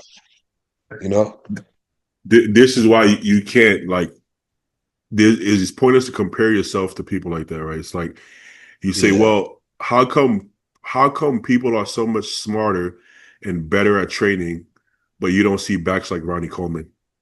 Maybe if you train like that, you look like Ronnie Coleman. Well, everybody literally trained like that back then, and nobody looked like Ronnie Coleman because you're not gonna look like Ronnie Coleman. Period. Now you give yourself a better chance to be your best if you use your brain a little bit. You don't have to be a nerd. You don't have to be a fucking nerd to do that. But just be a little thoughtful. Be like, yo, I've been rowing barbell rowing 4 plates for 5 years. My back has gotten worse. Maybe I need to try some different shit. Yeah, that's the thing. I mean, that's where it just comes down to, like you said, like, it's not even being smart. It's just not being dumb. Like the definition of insanity, right? It's like don't keep doing the same thing over and over again and expect a different result. Like, if you are doing something repetitively and you're just banging your head against the wall and shit is not working, then you have to reassess. It's not like it doesn't even have to be more overthought than that. It's just like, okay, I have done the same back workout for 2 years. My back sucks. I probably shouldn't do it for another 2 years. Let me pick a different back workout. It just has to be that simple. You don't have to worry about fucking sagittal planes and fucking reps in reserve and fucking all this shit. Just fucking change your workout and see what happens. Pick a different exercise, do something different, and then see what happens. This is why you look at Ronnie's first video in 96. Then you look at his last video in 2006. It's the exact same workout in the same order because he didn't have to change shit because he's fucking Ronnie Coleman. You look at look at Jay. Every DVD, Jay's workout was different, different range of motion because he's like, I need to figure out how to beat this motherfucker. So I need to bring up So he's like, my chest isn't growing. Figure out a way to make it grow. So he's trying everything. And you can say technically, I mean, it worked. He got better, but he had to use his brain to get better. Yeah. When you're at A plus, it doesn't matter. Ronnie didn't have to change shit until maybe he thought he'd get injuries, maybe. But before that, besides that, he didn't have to change shit because anything would work. Bro, bodybuilding. This is why I say it's a meathead's game, bro. It's not a scientist sport. This is not, bro. And it is primarily because of genetics, I would say. But the best bodybuilders in the world, not throwing shade at nobody, they're not usually the brightest. No. Okay. Bodybuilding is this simple. And this is why sometimes as a coach too with clients and stuff, I almost feel like I almost feel like I'm scamming people because it's literally like you throw something at a wall and then you see what sticks. And the Yeah. stuff that sticks you keep, and the stuff that doesn't you change. So That's what it is. try a workout, you try a diet, you try a protocol, you try a whatever. And for some people it's gonna work like magic. And for others it's not gonna work at all. If it Yeah. works like magic, you keep it. If it doesn't, you do something different and try that. Right? It's like when you're peaking somebody, you don't really know the exact amount of grams of rice they need in their next meal. You're thinking probably a little more carbs in the last one. I'll throw an extra 100 grams of rice at them. Let's see what happens in an hour. That's what we do. Yeah. There's no calculations. There's no scientific method. There's nothing. It's literally that. So that's basically what bodybuilding is. Okay, like you can show me all the studies you want about how you have to train from the short into the length and range, and you have to do frequency is more important than this, that, and the third, whatever the fuck. But if someone trains back once a week and does deadlifts, dumbbell rows, and barbell rows, and their back is crazy, why Boom. would you change it? You didn't know either. You don't. You know what Chris I mean? Aceto said the best coach is the best guesser. And Yeah, that's what it is. you get better at guessing, right? I work with this client, and it's like, okay, let's say the one day out, okay, meal one, you got 100 grams of carbs. Oh shit, she lost more weight, she got flatter. Okay, now meal 2, Mm-hmm. 150 carbs. Oh, she's still Mm-hmm. losing weight. Okay, 250. Oh, okay, now it's Yeah. thinking. I'm just getting better at guessing throughout the day. Yeah. So throughout the Yeah. prep, I'm getting better at guessing. Throughout the day, I'm getting at prep. Yeah. But now the next prep, I'm gonna be like 250, and then oh Yeah. shit, so you just keep It's getting better, all better read and guessing. react. That's the whole Yeah. sport, bro. It's read and react. Like when I sign a new client up and like I send them their initial diet and stuff, I get on a call with them and I tell them, I'm like, listen, I'm not a fucking AI. I'm not a computer. I'm not spitting out some perfect diet that's gonna work for you like that. I'm doing this based off of my 10 plus years of experience, what I know, all the people I've worked with, based on what the information you gave me. I feel like this probably would work best for you now, but your body is different than anybody else's body. So the way that this might work for you, we might need to tweak things. We might need to fine tune stuff. That's why communication is important. But that's all that this is with training, with diet, with everything. Like some people get away with eating the most random food sources, the most random amounts. They train the weirdest fucking ways. They take the weirdest protocols, but it might just work for them. And there's nothing you can point to that proves why, other than it just does. 100%. You know? And it was like when Compton was telling me that story about Balzano, one of the things he was talking about was like he had him on like a very mild stack. And it was like right before one of his shows. I can't remember which show it was. I think it was one of the pro shows he won. And he goes to Justin like right before, like he's like, "Hey Justin, like I got to tell you something." And Justin thought he was going to tell him he was taking more because that's usually what people do. And he was like, "The stack you gave me, I thought was a little aggressive, so I've only been taking like 600 tests, 400 this, 100 that." He's like, "Is that a problem?" And Justin's like, "Well, you look like that, so no, the fuck, it's not." You know what I mean? Like that's what bodybuilding is like it doesn't matter. Like for example, when I won my pro card this year, like the whole like dogmatic approach to peaking is like, oh, you pull your test at a certain amount of days out, you take your GH out so you can drop water and yada yada. I was dry in full on test and on 10 units of growth. I didn't pull it out at all.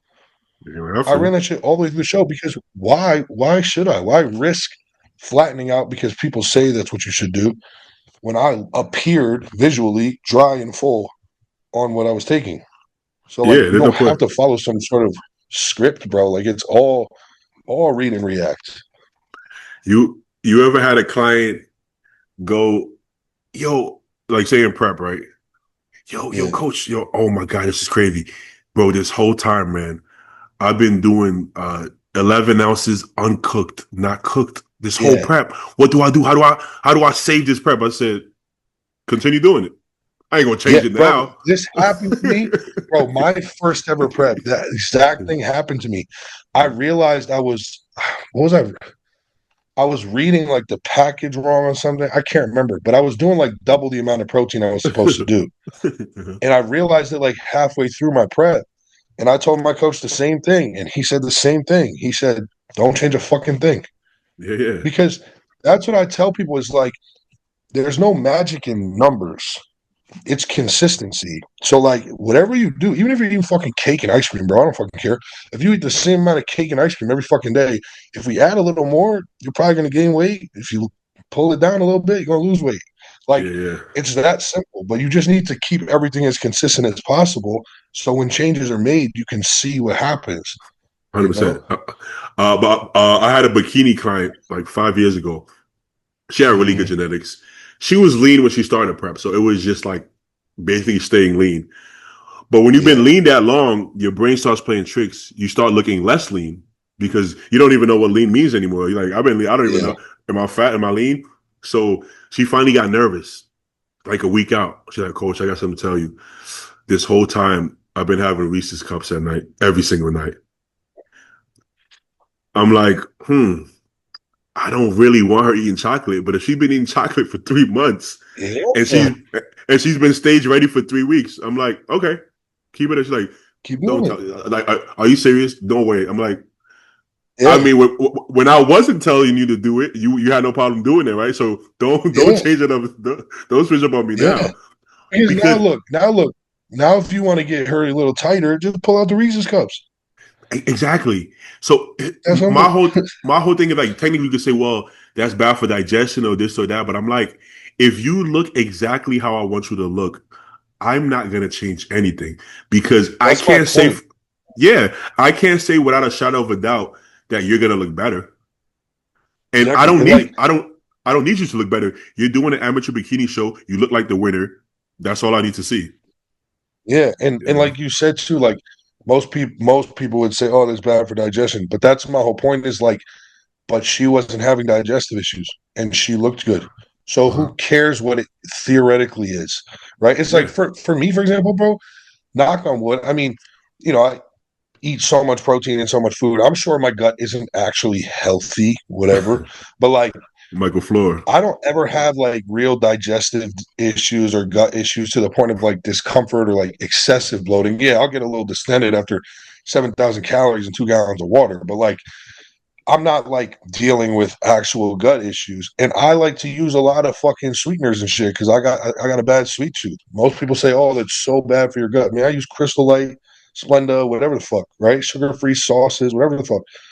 I'm gonna keep using them because it makes my food enjoyable. I look all right, and my stomach getting fucked up. You know what I mean? Now, Exactly. if a client were to come to me and say, "Hey, I'm having some GI stress, like my stomach is causing me all kinds of issues," and they are eating Reese's peanut butter cups a night or using excessive amounts of sweetener, then I'll go, all right, step one, let's pull that out and see what happens. Right. But Simple. if Yeah. there's no issues, then you don't need to change anything. That's the bottom. That's like the overarching message. Is like same thing I said with my prep. I didn't need to really get drier. So why would I pull the testing growth? Don't need to. I just risk other shit happening now. You feel me? There though. But what you said about the sweet tooth, right? That's another point. If she's been having Reese's cups every night, that means she has a big sweet tooth. What if I pull Mhm. it and then she goes 2 days without it and she's like, oh my God, and then she completely binges the shit out of her Yep. Friday. Yep. That's not good. That's the thing for me. For me, right? Like because I have a sweet tooth, and if I make my food actually enjoyable, then I never feel a need to have anything else. Yeah, Like yeah, yeah. I'll have a cheat meal a week because it's in my plan, because I'm literally told to, right? Mhm. Or if I want to go out with my boys or have a good time, whatever, right? But if I couldn't, I wouldn't be like, miserable because I actually enjoy my food because I can make it sweet enough where I don't feel a need to go have this other shit, right? Yeah, yeah, yeah. So like her Reese's cups were like that was like her little fix to keep her from going all the way off the rails. You feel me? Exactly. I did a prep with Compton that I had no cheat meals.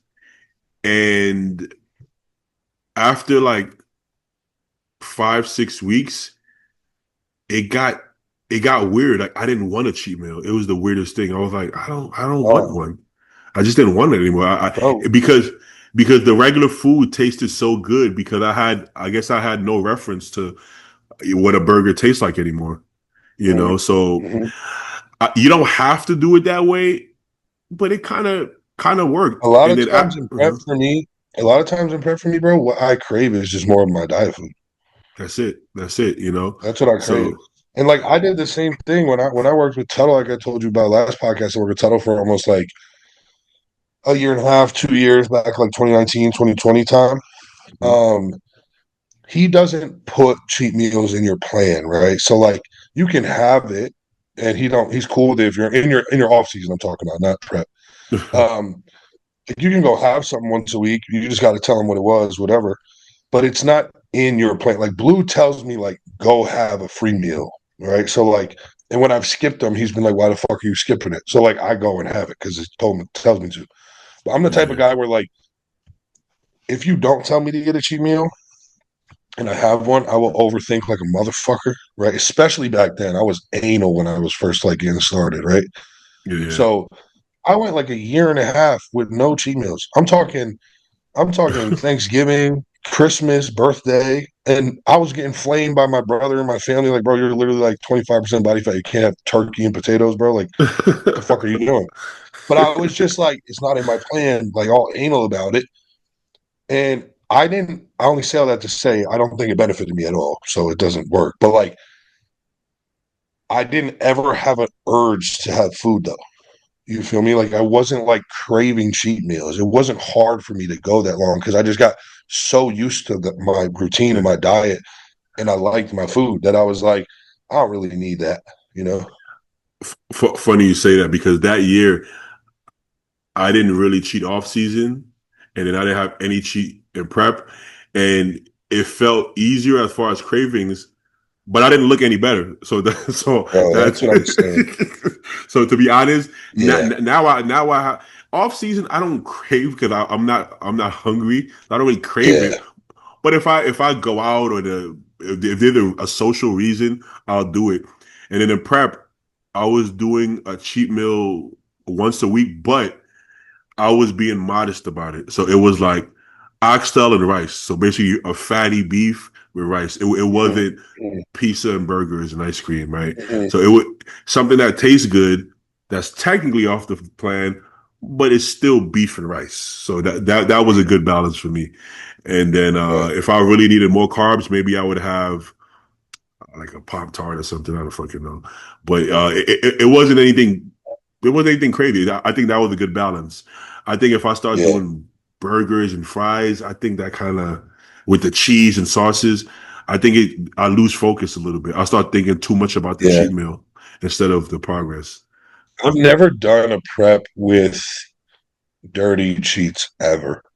Oh, okay. I've only done higher carb days, and then like when Blue will have me refeed, it's either like a big steak meal that he'll have me get, or most of the time it's sushi. And he'll just tell me like, go get like 40 to 50 pieces of sushi, just nothing fried, no cream cheese, something like that. And he'll have me eat that on top of my other 7 meals. So Oh, it'll be an okay. eighth meal with like 40. So it's just like a big refeed, but it's never like an uncontrolled, like, go eat what you want kind of thing. Cause like I said, I'm a fat kid at heart. So you tell me to do that, it'll get dangerous, especially Yeah, in yeah. prep, because I don't ever get full. And then I'll start thinking about it, right? Like you said, like I'll start thinking, oh, damn, like, can't wait till I can have another fucking burger or some shit like that, right? That's what I don't want. But like That's with what the I don't sushi want. stuff, even though it's banging and I love it, it's like it serves its purpose, and then I'm back on my shit. You know what I mean? It's not like sugary enough where like I have that like crack addict Crazy. mentality where like I need more. You know? When he was giving me burger and fries, I would try to get extra flat for the check-ins. Yeah, I'll wake yeah, up. yeah. I'll Big weigh Paul does myself. that shit, bro. Let me do my cardio before check-ins. Yeah, let me do my cardio before. Uh Let me. huh. You know what? Let me see. Tonight I'm I'm gonna park further for the gym, walk a little extra, do an extra 30 minutes of cardio, just to be I'm extra gonna sit in the flat for the sauna check. for a little bit today. Yeah. Yo, there's Let been me so do. many times where like, yo, there was one time in prep, dude, where like I was dying and I felt so flat and so small. And I checked in on like a Wednesday or Thursday, and like he was like, all right, just dig for like 2 more days and we'll probably refeed on Saturday when you check in, right? I used to And hate I that shit. dug, bro. I dug, checked on Saturday. I was still hit a new low. I felt flat and small as fuck. I was like, oh, I'm gonna eat today. Send my pictures, just waiting, right? I train the client, I come home, he responds. He's like, actually, he's like, we're gonna dig for another week. I was Oh, like, bro, fuck that's the that. I worst. was like, are you fucking kidding me? I was so pissed, bro. Because you do, like, subconsciously, you do try to pull off a couple more pounds, get a Bro, little flat, and just you done wait to hear, told like, all right, hi then. you done told wifey, yo, no guarantees, but yo, on Saturday we Yeah, like, probably gonna Saturday, go we're eat going to be something. on this Yeah. stuff, man. Everyone's Yeah. excited, bro. Because, like, dude, in prep, like, when you get like a refeed or a high day or whatever, it feels like life is so good. Like everything about life is just amazing, bro. Like, Yeah, and then when you're yeah. stuck on low and you're dragging ass, it feels like every minute that passes by is like an hour. I was dating this girl that was working with Compton, and I remember she was in prep, and we sitting at my place, whatever. She's in a good mood, whatever. She knew she would get the cheat meal. I see her check her phone. She burst. I shit you not. She burst into tears. She, bro. She cried for like 30 minutes. I'm like, I didn't know what to say. I'm like, damn, Compton, why are you Compton cock blocking? What the fuck, Compton?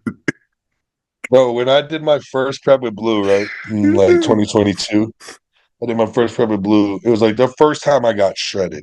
And bro, he pushed me hard. I barely had any refeeds. I'm talking, I'm talking a 20-week prep. I had I had three refeed meals, not days, just meals with added carbs. 3 meals in Yeah, a yeah. 20-week prep, right? I was on an hour and a half of hit cardio. I was on 30 grams of carbs a day. Like he pushed me hard because that was the first time I got like actually peeled. I remember I got like 13 weeks in, and he called me. He was like, "All right, tomorrow you're gonna have." It was a big meal. It was like you're gonna have 12-ounce ribeye and 500 grams of rice with honey. And I put my phone down. I was in the basement, bro. My girl and my brother were upstairs. And I put my phone down. And I just go, yeah, and I just started screaming. And they were like, what? I was like, I gave rice tomorrow. They were like, oh my god, bro. Like I was so hyped because I literally felt like I was dying for like fucking 3 months. You get a little bit of Yeah. food and you feel like you're a new man, bro. It's crazy. Preps are rough, man, but It's it's wild, like bro. it's also like it's like it makes you more grateful for everything in life. I feel Yeah. I always feel more Bro, by grateful. the Yeah, end of prep, I'm like so fucking appreciative of everything and like grateful and emotional, bro. I'm like every person in my life, everything that I have. I'm just like yeah. very like I take it all in. I don't know. This is why Muslims do Ramadan. You know, you if you fast for Yeah, 30 days, you wake up like, yeah, yo, that's dope. I appreciate everything. I Uh-huh. appreciate You take everything. Yeah, advantage of a lot of shit. yeah, yeah. Realize that when you Oh hungry, man, boy. exactly. All right, Yeah, man. man. I gotta go train this client, walk the Yes, sir. dogs, the whole nine. You know the vibes. But yeah, I appreciate you for Yeah. coming on, man. Appreciate you coming on. Yes, sir, Yeah. man. Do your thing, all right? All right, brother. You already know, Chip. Yes, Link it sir. up. Peace.